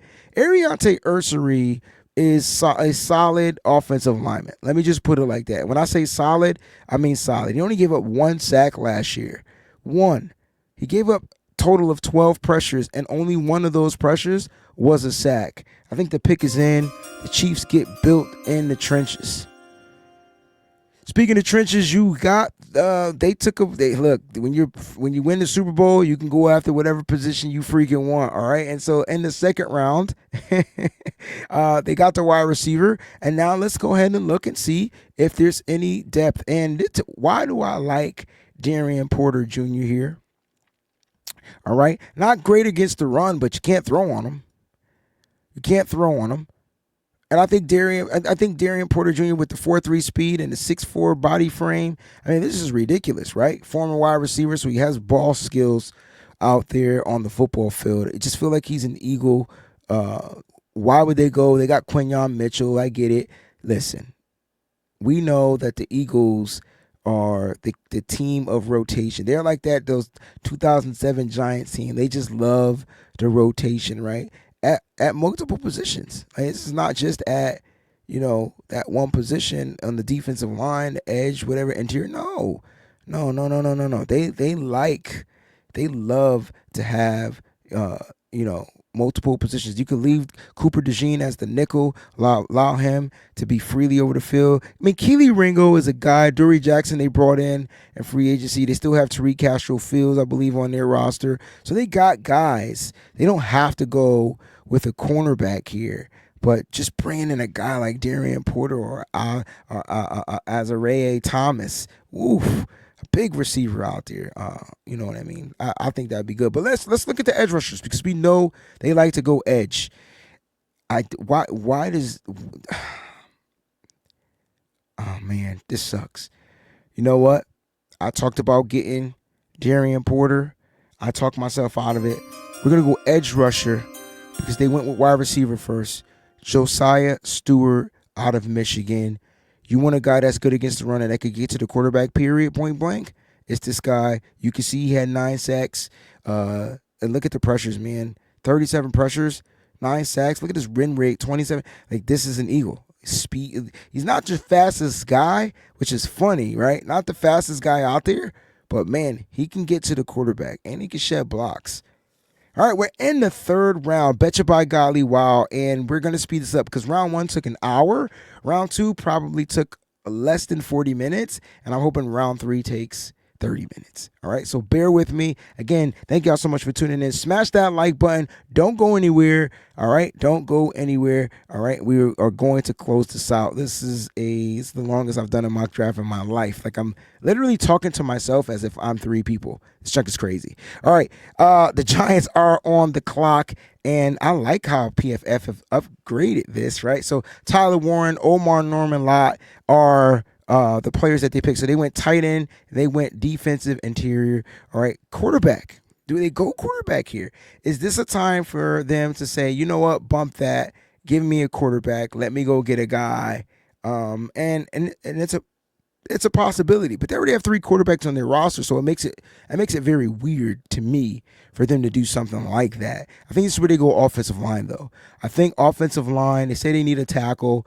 Ozzie Trapillo is there. Marcus Bowe is there. They have 2 picks. They pick 65 and 99. They could possibly wait and get one of these athletic guys down here at 99, right? They could possibly wait. Can the Giants look to improve in other areas? That's going to be the question. Let's look at their running backs. There's some running backs available. I love Tyrone Tracy, but then after that, I can't tell you who runs for the Giants. Oh, they got Devin Singletary. Okay. All right, they got Devin Singletary. I like the big, like the Cam Scatterbo, They need a back. Caleb Johnson. They need one of those bigger running backs, right? To me, no, maybe not. All right. Cornerback, again, they can go with the size of the cornerback. And again, I felt like they addressed the secondary. But Deontay Banks and Paulson Adobo, they could go corner here. Deontay Banks, though, I think pans out perfectly for them. Drew Phillips is their nickel. I just don't see them needing a corner, an outside guy. You're not going to put Porter and at the nickel. He's too big. And so that could be a possibility that they don't go corner. They could double up on the interior. But again, I'm just trying to address the needs that PFF says that they need, plus use some common sense just based off of who they already have. All right.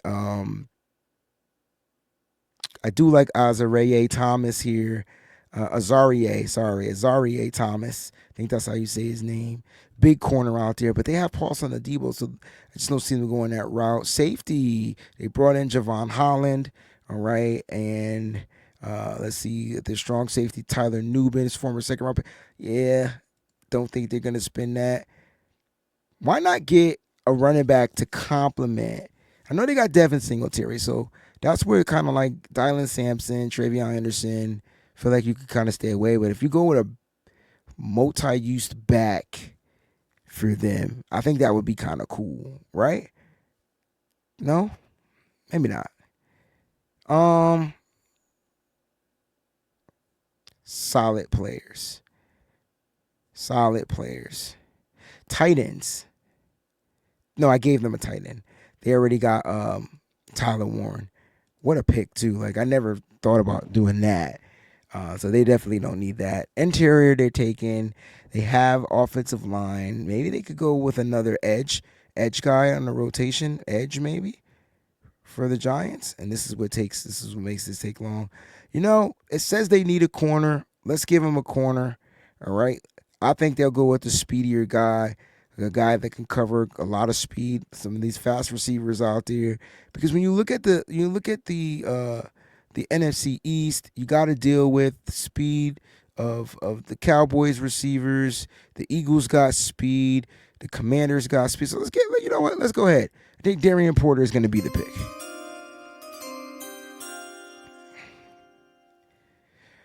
Kansas City's on the clock for the Kansas City Chiefs. We've addressed the interior and the defensive side and the tackle side on the offense. And again, they want offensive line. But now we're going to look at the Chiefs, and we're going to kind of break them down. They did lose some weapons, so they can go wide receiver here.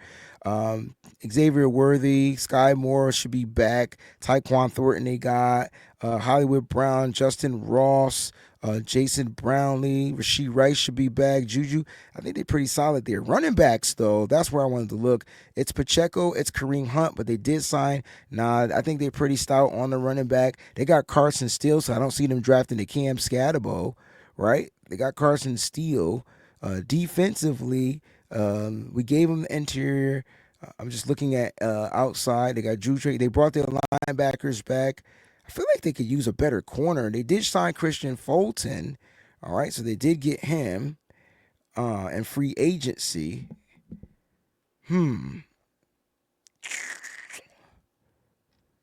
Kansas City. The offensive line is pretty stout, I think, at this moment. I really think they can go. I think running backs, they're pretty solid on. They could draft a running back, but they don't need to draft a running back right here. I still think they need a better wide receiver. Like, I feel like Worthy is good. Sky Moore, you're iffy on. Tyquan Thornton, whatever. I'm going to go wide receiver. I know he ran a 4.7, but if you're looking for that route running slot machine, I would say slot machine guy, Xavier Restrepo, I think would work perfect for Patrick Mahomes. I just gave Patrick Mahomes a slot machine. Jeez. He just got a slot machine. Okay, the Cleveland Browns are on the clock, and we've given them cornerback Travis Hunter, Kelvin Banks. All right, Kelvin Banks. Running back, this is where they go, right? They need a running back. So Cleveland Browns at right currently is Jerome Ford and Pierre Strong. So say no more. They need a running back, and they have this Cam Scatterbo. I think Dylan Sampson would be perfect, or Travion Henderson would be perfect here in this offense. Sampson's production in college is ridiculous. Look at the touchdowns: 22 touchdowns, 5'11". Oh man, he's 201 pounds. I actually like this pick, and I'm gonna hit the wrong button, so don't mind me. All right. So the NFL draft, we're gonna draft Dylan Sampson out of Tennessee to the Cleveland Browns. Raiders on the clock. All right. And I think this is where they go running back too, right? They got their wide receiver, they got their cornerback. Now, who could come in here and be a bell cow for them? And this is where Cam Scatterbo comes in. Okay. I don't care what his 40 time is, but look at the 4.09 yards after contact. They don't get an Ashton GNT, but they get a guy that's hard to bring down. Cam Scatterbo to the Raiders. All right. Cam Scatterbo to the Raiders. New England Patriots on the clock. Another team, in my opinion, that needs a running back. And this might be the run of running backs. This might be where the run starts for the running backs. All right. So far, we've given the Patriots edge rusher Carter, Jaden Higgins, and they got 2 picks in this round. All right. Now, I'm looking at the Patriots running backs, and you got to deal with the fumbles. I mean, can he correct the fumbles? Ramondre Stevenson, Antonio Gibson is a little older to me, but they need another type of running back. And I feel like this is where Travion Henderson comes in. And now you're getting a dynamic pass catching running back out of the backfield. And you think about the old Patriots teams, they always had that dynamic pass catching running back.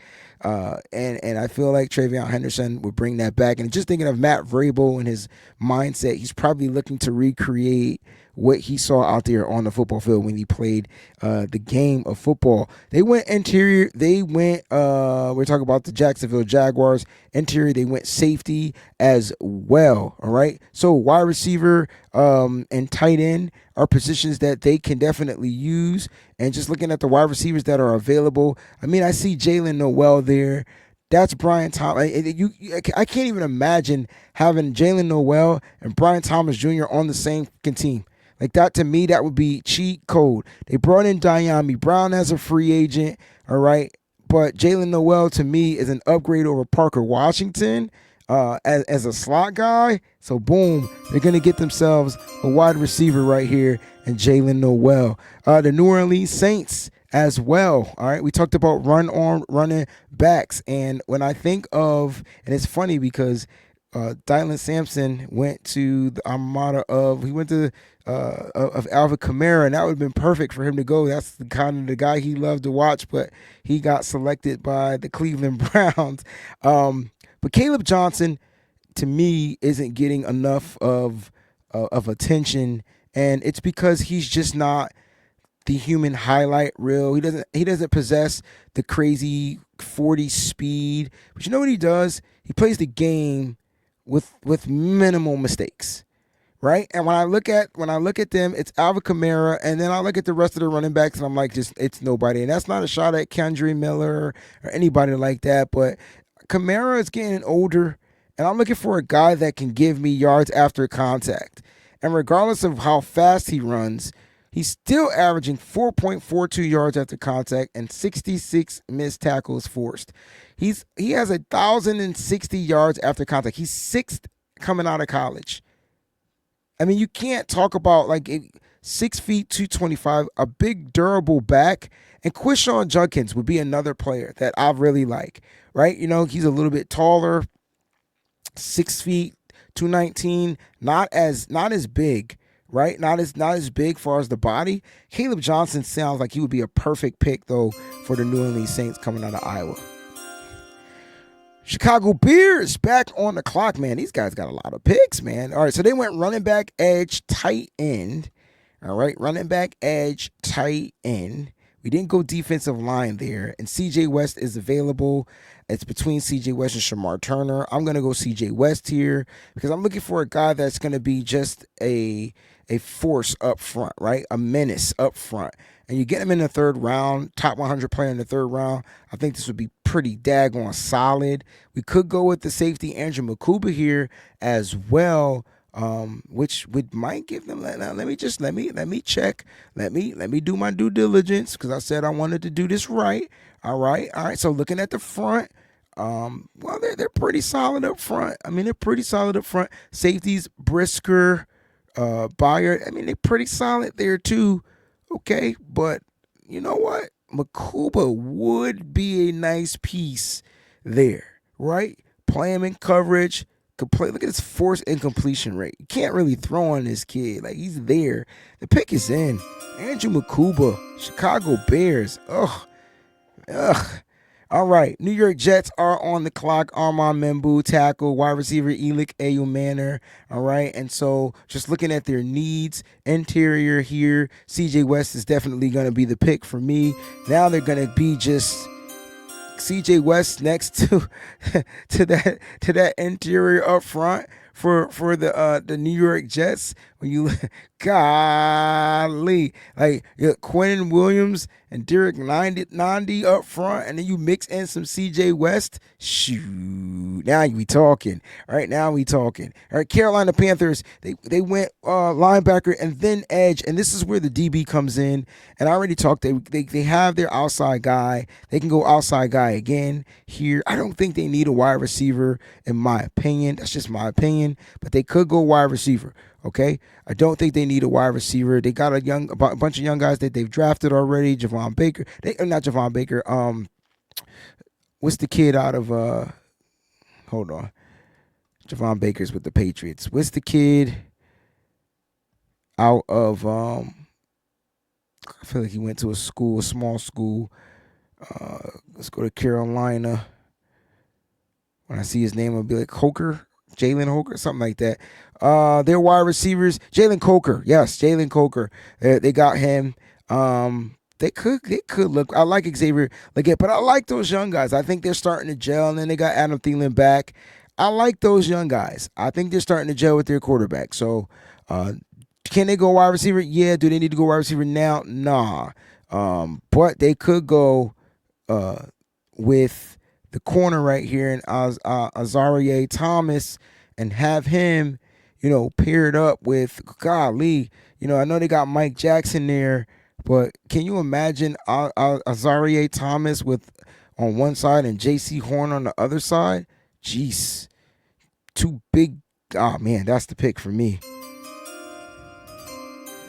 San Francisco 49ers are on the clock. We went interior. We went defensive line. All right, that's what we did, which is perfect because for the San Francisco 49ers right now in the third round, they're looking to draft a couple of players that can help benefit them, like, on the offensive line, right? Like now it's time. Now it's time to get that offensive lineman. Or do they go with the Chris Paul and get the linebacker?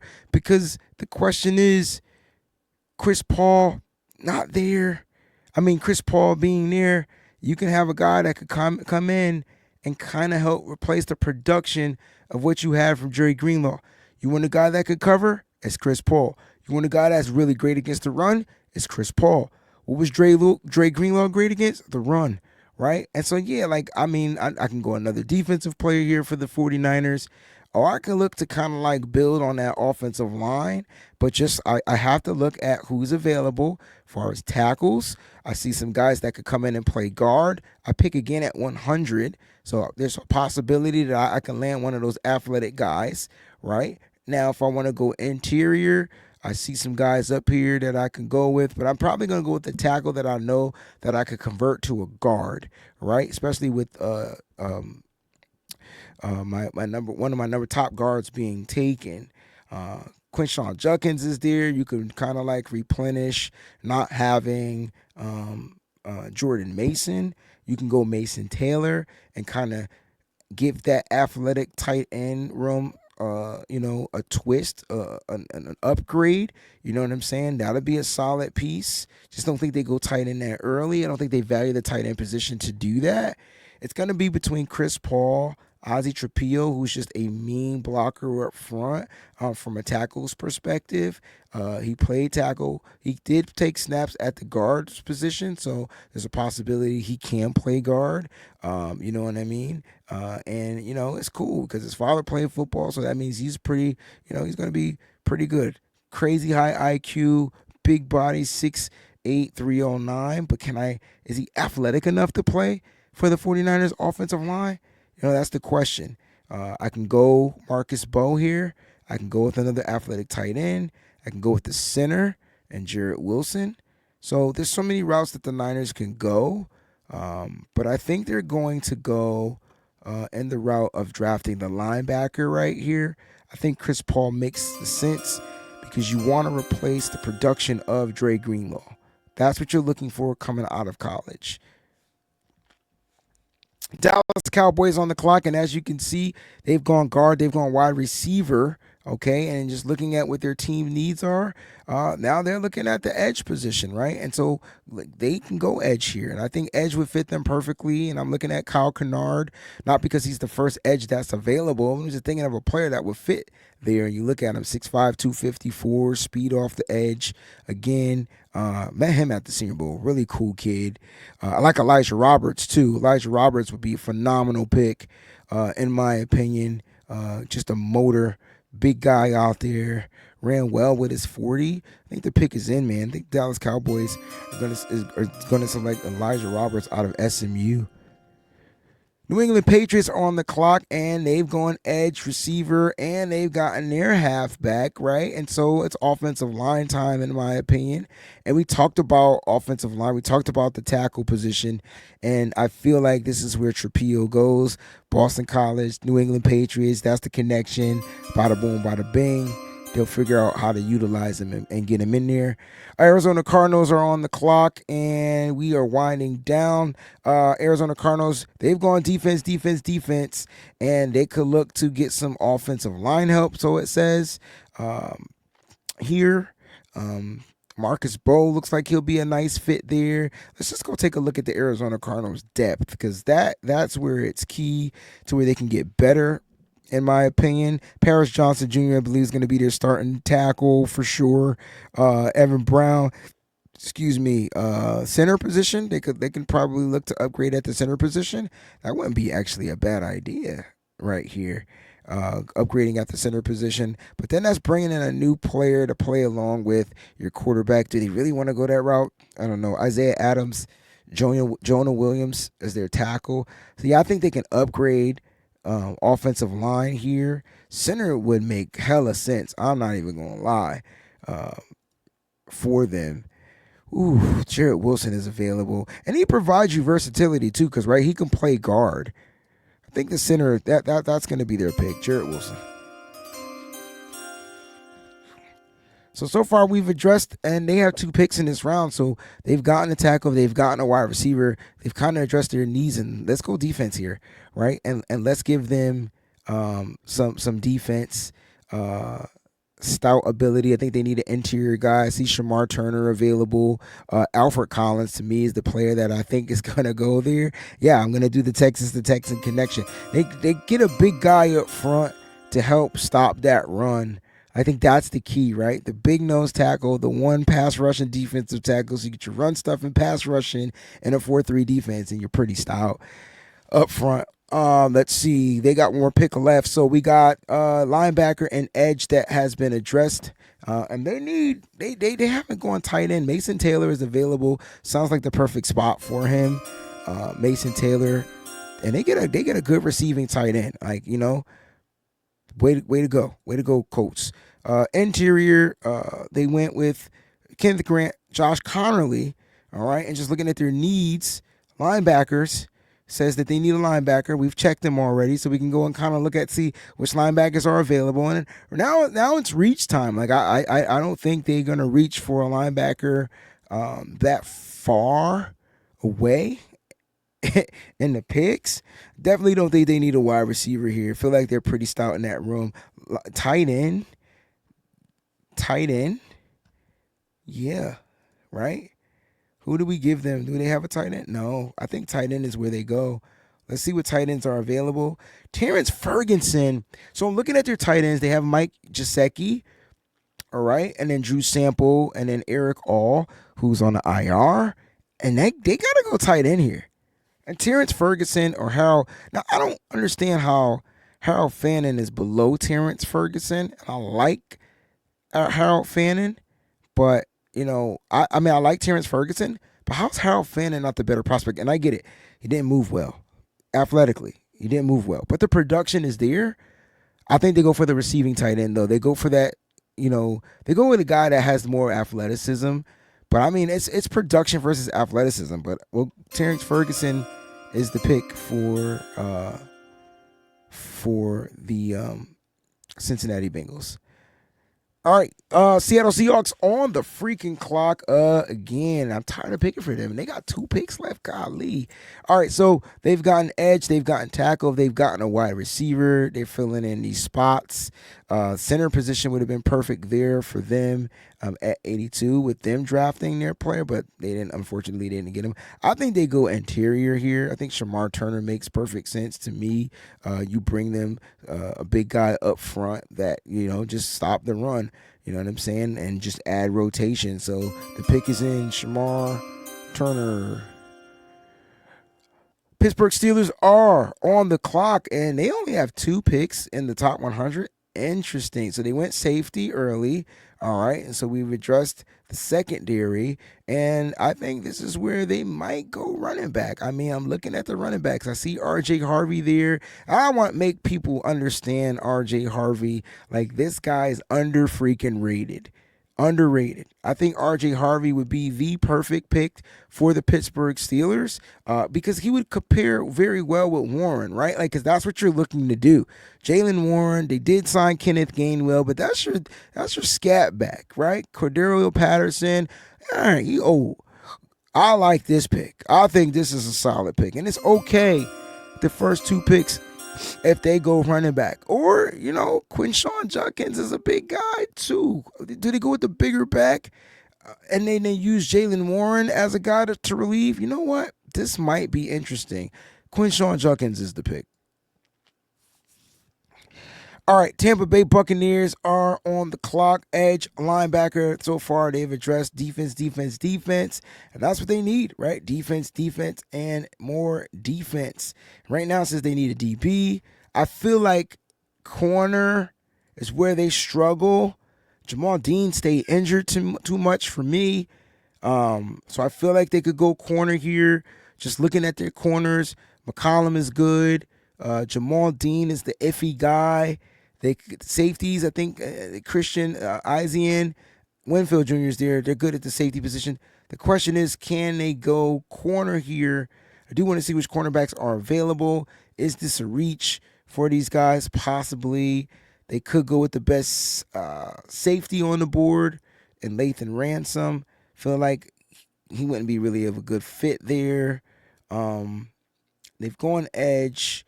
I could see them trading down. They could. I don't think they need a wide. What about their tight ends? Is Cade Otton Payne Durham? Yo. And then Harold Fannin Jr. would be a reach right here, in my opinion. Offensive line, they're pretty stout. Don't think they need to look for offensive line. Defense is key. I like their defense. Vita Vea, it's nose tackle. And then their ends, Hall, Kalijah Kancey, Hassan Reddick, they signed. Yaya Diaby. Oh, man, they are going to be stout on defense. They're going to be stout on defense. I'm not even going to lie. I think rotation is key for them. Like, rotation is key. I can't even imagine if they drafted Jamar Stewart and Nah, I'm not even going to do it. But going back to the running backs, right? Because I feel like this is where running backs, Bucky Irvin, Rashad White, are they confident? And I feel like Bucky Irvin is going to be their guy. Rashad White could be their change of pace back for sure. I don't think they need to go running back here. I think they could pass on going running back. But, I mean, DB, man, they could go safety here. And, he can play in the slot. He can play deep. Right, he can play outside, And I know they got Winfield Jr., but these are guys that stay injured, you know? And I don't think they can afford these injuries in their secondary, especially when they're a team competing the way that they are competing. All right, Denver Broncos are on the clock. Wide receiver, we've given them halfback, interior. I think wide receiver is where we go here. Let's go check and see which wide receivers are available. Savion Williams, I know he's ranked 100. You're looking for that Debo Samuel role, that wild card, that Joker role. I don't know how he fell out of the top 100 players. That's interesting to me. That's very interesting to me. Not sure, but I feel like Denver Broncos need that big wide receiver, man. I just look at his Cortland Sutton, cool, Marvin Mims, and then Devon Vale as their slot. They need that. They need that big time wide receiver. I know he's out of the top 100. Denver Broncos country. Would love to know how you think. You've already gotten the halfback. You've gotten the interior guy. All right. Wide receiver, I think, is what you guys need. You've got the quick guys. Savion Williams ran pretty fast. I think, but he's big, right? Big body. Look at the contested catch rate, man. You can just throw it to him. Like he's like the size of Mike Williams and faster. I like that. I think that's a good solid pick. Chargers on the clock. We wide receiver, tight end, defensive line. So tight end. That needs to be a position that they need to target for sure. And I don't care if Harold Fannin Jr. is outside the 100. He's at pick 86. I don't get why he is. Like, to me, I think this would be a solid pick for the Chargers. Because now, look, they've gotten their Ladd McConkey. They've gotten Luther Burden. So now they got their dual wide receivers. They still got the big wide receiver out there, right? And now they can add in a receiving tight end that they could utilize. We're talking Delanie Walker. You guys remember Delanie Walker? If you're a 49ers fan, it means we're talking about Jim Harbaugh here, right? Don't think that would be a reach for him, in my opinion. Just don't think so. Wide receiver, corner, edge. So receiver, again, is kind of what they say that the Packers need. I just feel like they're loaded at the receiver position. I don't know why they would need wide receiver if they're loaded at the wide receiver position, but let's check. All right, Jalen Reed, Christian Watson, Romeo Doubs, and then they got Dontavian Wicks. And I mean, how many wide receivers do you need? You still got Bo Melton. You brought in McCole Hardman. Like, I just don't see that. Now, I could see them going offensive line, even though they got Aaron Banks. He might not pan out. You know what I mean? I could see that being a possibility. Tight end, they're locked. Running back, Marshawn Lloyd out. Yep, I feel like running backs, they're good. Defensively, though, that's where can they add defensively? They brought in Nate Hobbs as the nickelback. They're a pretty solid stacked team, the Green Bay Packers. I don't think they need to go wide receiver here. Just looking at them, they could go with another running back. They got the corner. They got the edge rusher. Offensive line, Rasheed Walker, Aaron Banks. I'm stuck on that. If I'm the Green Bay Packers, I draft Marcus Bowe as a tackle, and if I need to use him as a guard, I put him in as a guard. That's what I do. Jacksonville Jaguars back on the clock. Their last pick in the draft, pick 88. And so far, we've gone interior safety, wide receiver. All right, interior safety, wide receiver. So tight end would be a position that that PFF says that they need. Just looking at them, and I look at their tight ends. Yeah, they did. I mean, it's Brenton Strange show, right? They did bring in Hunter Long and Johnny Munt, some free agents, but I don't know. I don't know. And you know, Jim Harbaugh is smart because we went and took what you call it. You know what I mean? And I don't think they're gonna reach for tight end. Mitchell Evans though shouldn't be this low. Jackson Hall shouldn't be this low, in my opinion. So I don't think they reach for a tight end here. I truly don't. I don't think that they will. We gave him a wide receiver already. Running back is where I feel They can go. If they got ATN, they got Tank Bigsby. Those are their two. I'm not sure that they are all locked in. I would bring in RJ Harvey and I would cause some ruckus in the running backs room. That's what I would do. That's what I would do. Cause some ruckus in that running backs room. Speaking of running backs, I feel like the Houston Texans, okay? I know Joe Mixon is the guy. And I know he doesn't like to share the carries. But it's Joe Mixon. And then it's like, who's going to be that guy? Like, who's going to be the guy? And their room is loaded. I mean, they have 1, 2, 3, 4 running backs on their roster. You know? But Kyle Kennard, they can add more depth at their edge rushing position. I think that's where Coach is going to come in, and he's going to look to shore up. I mean, you got Daniil Hunter for sure, Will Anderson Jr. And then the question is, I want better rotation. I know you got Mario, better rotation. That's what you're looking for. Derek Barnett, rotation. Darrell Taylor, rotation. And so better rotation. And that's what you draft these players for. Can they come in here and beat out other players? Now, they could draft Jonah Savanea, right? Just in case Josh Simmons isn't good to go, and redshirt Josh Simmons all season and have literally the best tackle. That could be an actual smart route. That could be a smart route. Double up at the tackle position just in case Josh Simmons doesn't have the green light. That could be a smart route. But I think the pick is going to be Kyle Kennard. And if you're a Houston Texans fan, let me know what you think in the comment section. Would you have doubled up just for insurance on Josh Simmons? Let me know what you think. All right. Rams are on the clock. Tight end they've addressed. I can't believe I let Colston Loveland fall to the Rams. All right. Savanea is going here. It's no brainer. They're going to address the offensive line. Baltimore Ravens are back on the clock, and they've gone edge safety, and it's time to probably give them some help on the offensive line. I think Wyatt Milam can play guard as well. He's played tackle, so keep him away. Leave him at the tackle position. Just looking at some of these tackles that are available that can potentially play guard, because it says they need a guard, which is just looking at their okay. So guards: Andrew Voorhees, got to be related to Jason Daniel Falele. All right, yeah, I love their tackles though. Rosengard and Staley, tackles are solid. Voorhees solid. Center solid. They could use to get better at the guard position. Not even gonna lie. Now that I think about it, so let's just look at some interior guys. I think some of these guys are going to go higher. Like Luke Condra, don't know why he's ranked this low.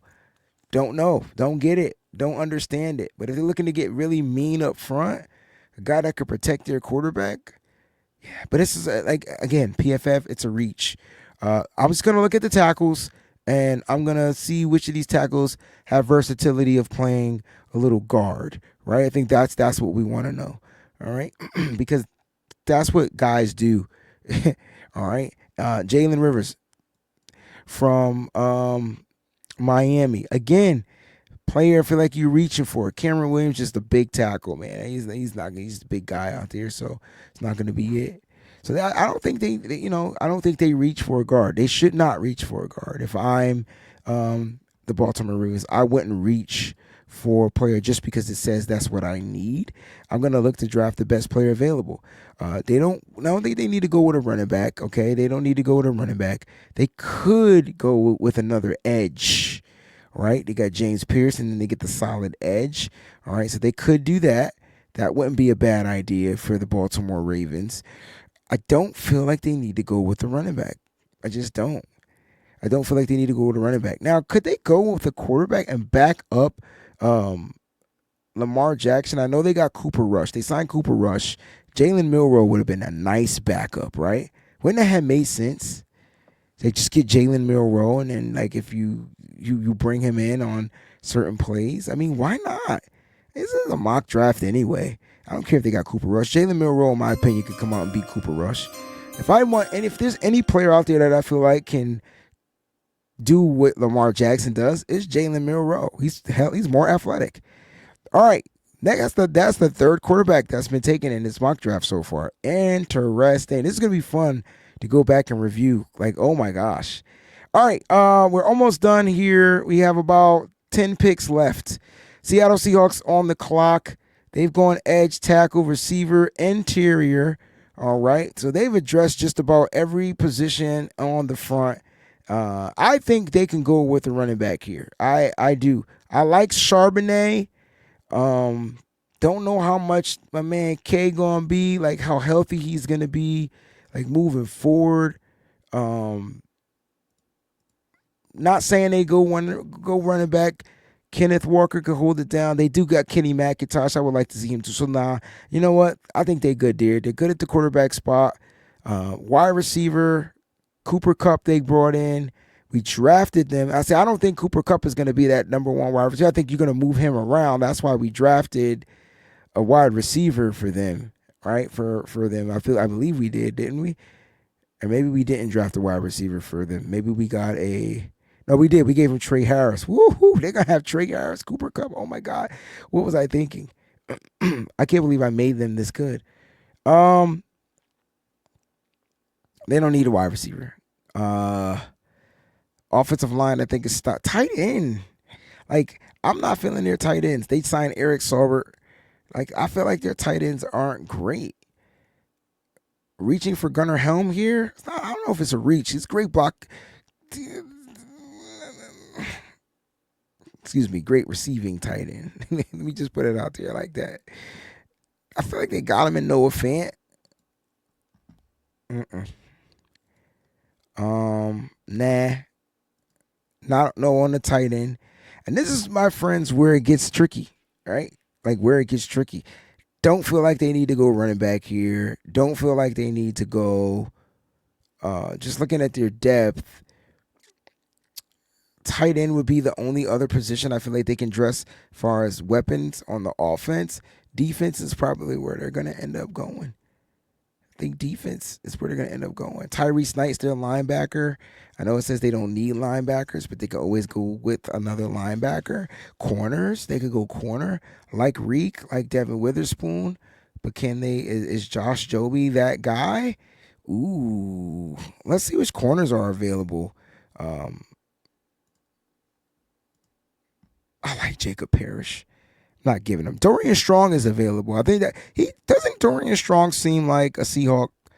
Just seems like a Seahawk. Like, he's built 6'1", 185, press man. That's what they like to play out there. All right, the pick is in. This is not taking as long as I thought, y'all. Okay. You got the New Orleans Saints on the clock, and so far they need a running back, receiver, lineman. Let's see what receivers are available. I think we just looked at the receivers. Nah, I don't think they're gonna reach for any of these guys. Isaiah Bond, he's gone. Torrey Horton is a sleeper. Ty Felton, Kunate Moonfield, I think that's how you say his name. Konate, I think that's how you say his name. Nah, not at 93. They got the running back in Caleb Johnson. Interior. I didn't fix the interior. Interior front. Jordan Phillips would be a monster there. Yeah, that's the pick. Jordan Phillips. Interior. Cleveland Browns, they got corner, tackle, and a running back, right? So they've gotten better. Now, we can say we can give them a wide receiver, or they can go and they could use Travis Hunter as a wide receiver. I'm going to do from me doing my homework, like, I'm going to give them a wide receiver that I think, well, no, I'm not going to reach for them. I'm not going to do them like that. It's not how I operate. So I'm not going to just give them a wide receiver. I don't think any of these guys are going to be in the top 100.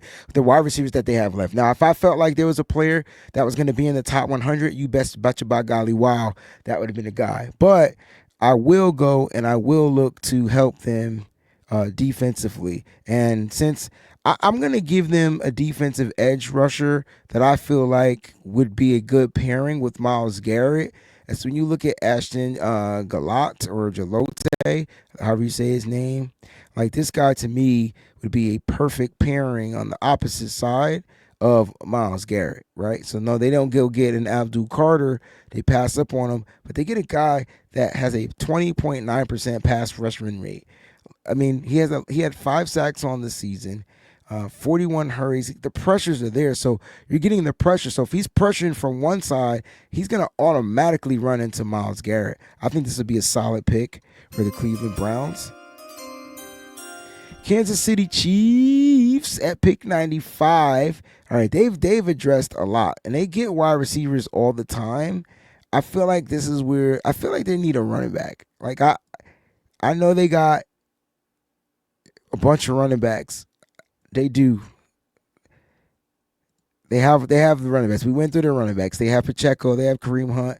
They got Elijah Mitchell, Carson Steele, and Keontae Ingram. Their tight ends to me are pretty solid. Don't think they need to go tight end there. Wide receiver we addressed. Offensive line we addressed. Corners, I think they're pretty good and solid at. So linebackers, feel like they can go with that with a speedy type of a linebacker. Didn't give them an edge rusher.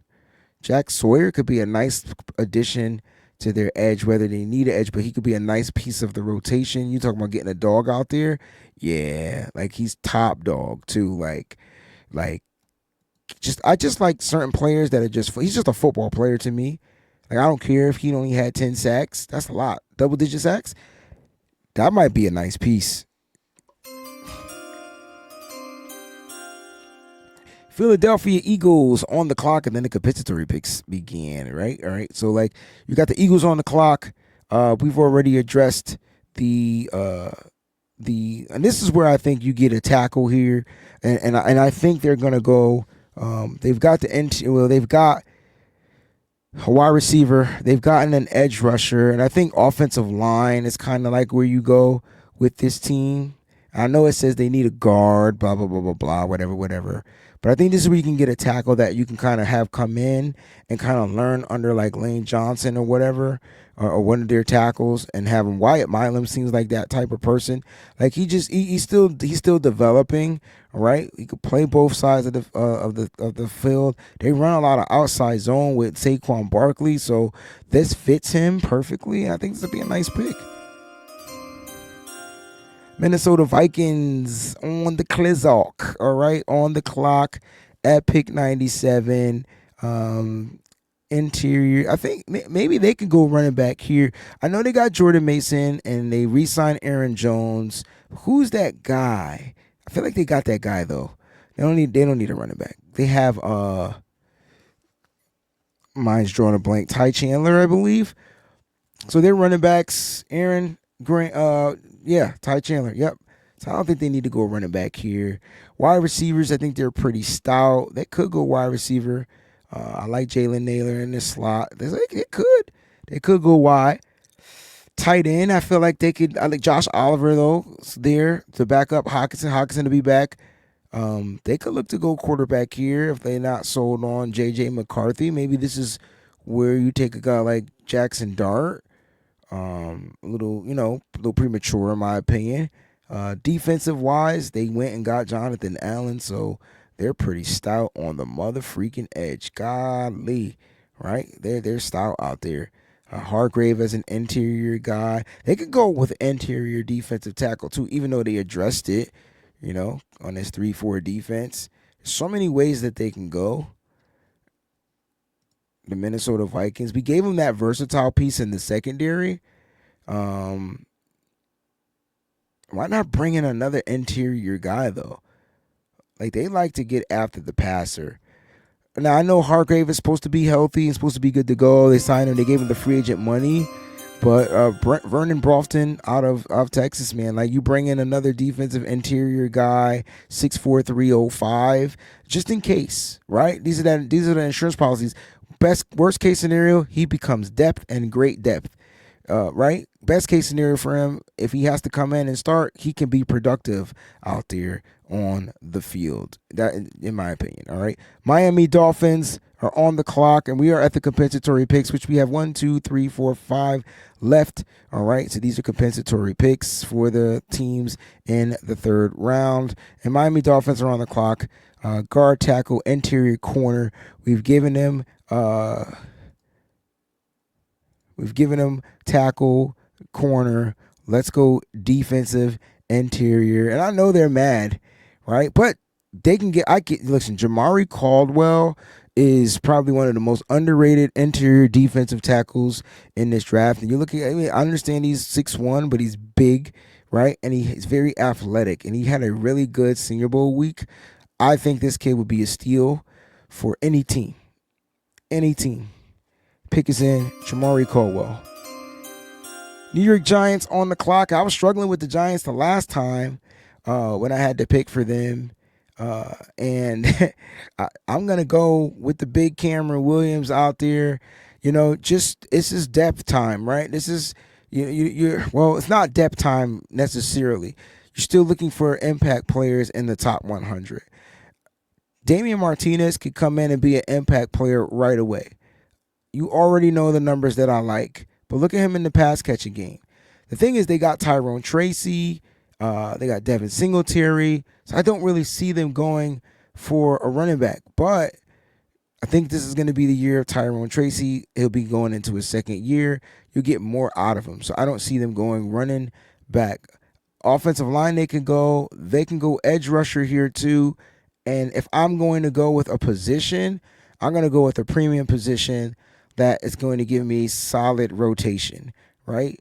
Running backs, I could get running backs. Edge rushers are a dime a dozen. Like they're hard to generate. They're hard to find. And so you're going to go after a guy that's going to be able to create and generate pressure. What I like about Jordan Burch is his ability to play around the line of scrimmage. And you can see he has 4 batted passes with double-digit sacks. All right, so is he great against the run? Nah. But is he great as a pass rusher? Yes.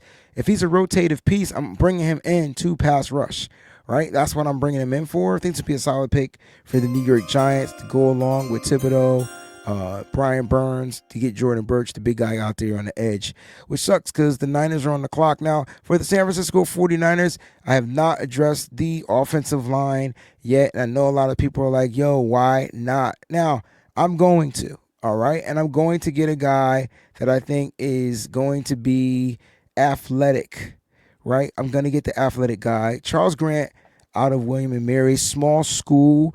See, look, there was a time when the Niners drafted a kid from Western Michigan. That was a small school.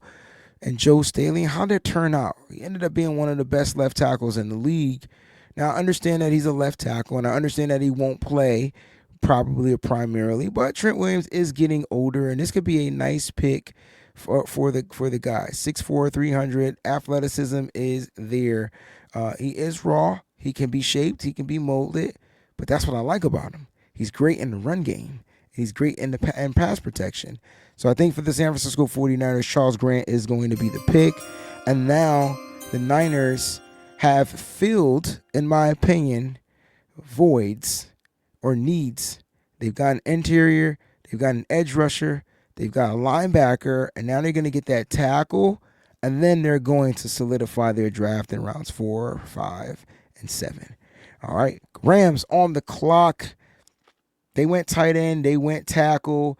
Rams need corner and a linebacker, so let's see which corners are available. Jacob Parrish is there. Love that kid. I think they go with bigger corner, like a guy like I said linebackers. I think Bossa would be the first linebacker up for them as well. I think corner is where they're going to go here. Noel Williams, though, seems like he would be a nice fit for the Rams. 6'1", 200 press. This Rams, it's the way they like to play. He'd be more of a nickel, probably like a nickel back if you needed him to play in the slides. Outside guy, though, like dogs for sure. But for some reason, Noel Williams and Mello Dotson, too, another outside guy, that can play outside great and man coverage as well from Kansas City. Kobe Bryant is sitting there. You want the run defender. Feel like they got a guy like Cobes, 6'1", 175, a little undersized, in my opinion. Jacob Parrott, I think Noah Williams is going to be the pick. Some people may feel like this is a reach. I have him higher on my board anyway. So it's going to be Noah Williams. Detroit Lions are on the clock. We almost done with this, ladies and gentlemen. Last pick of the third round. Last pick of the third round. Wow, this took 2 hours and 32 minutes. Okay, never again. I don't think I could do this again. All right, this might be my one and done. This was long. But with the last pick in the draft, I think this is where, they went with 2 guys from Georgia. They're following that Philadelphia Eagles model, right? Linebacking, edge taken care of, wide receiver, And when you look at the wide receivers, what type of wide receiver would fit this team? I like Isaac Tisla, right? Very productive. In college, a lot of drops. They didn't have any drops, but from what I was told, from what I read, a lot of drops, right? Looks good. Looked well at the Senior Bowl. I'm looking for his these advanced stats.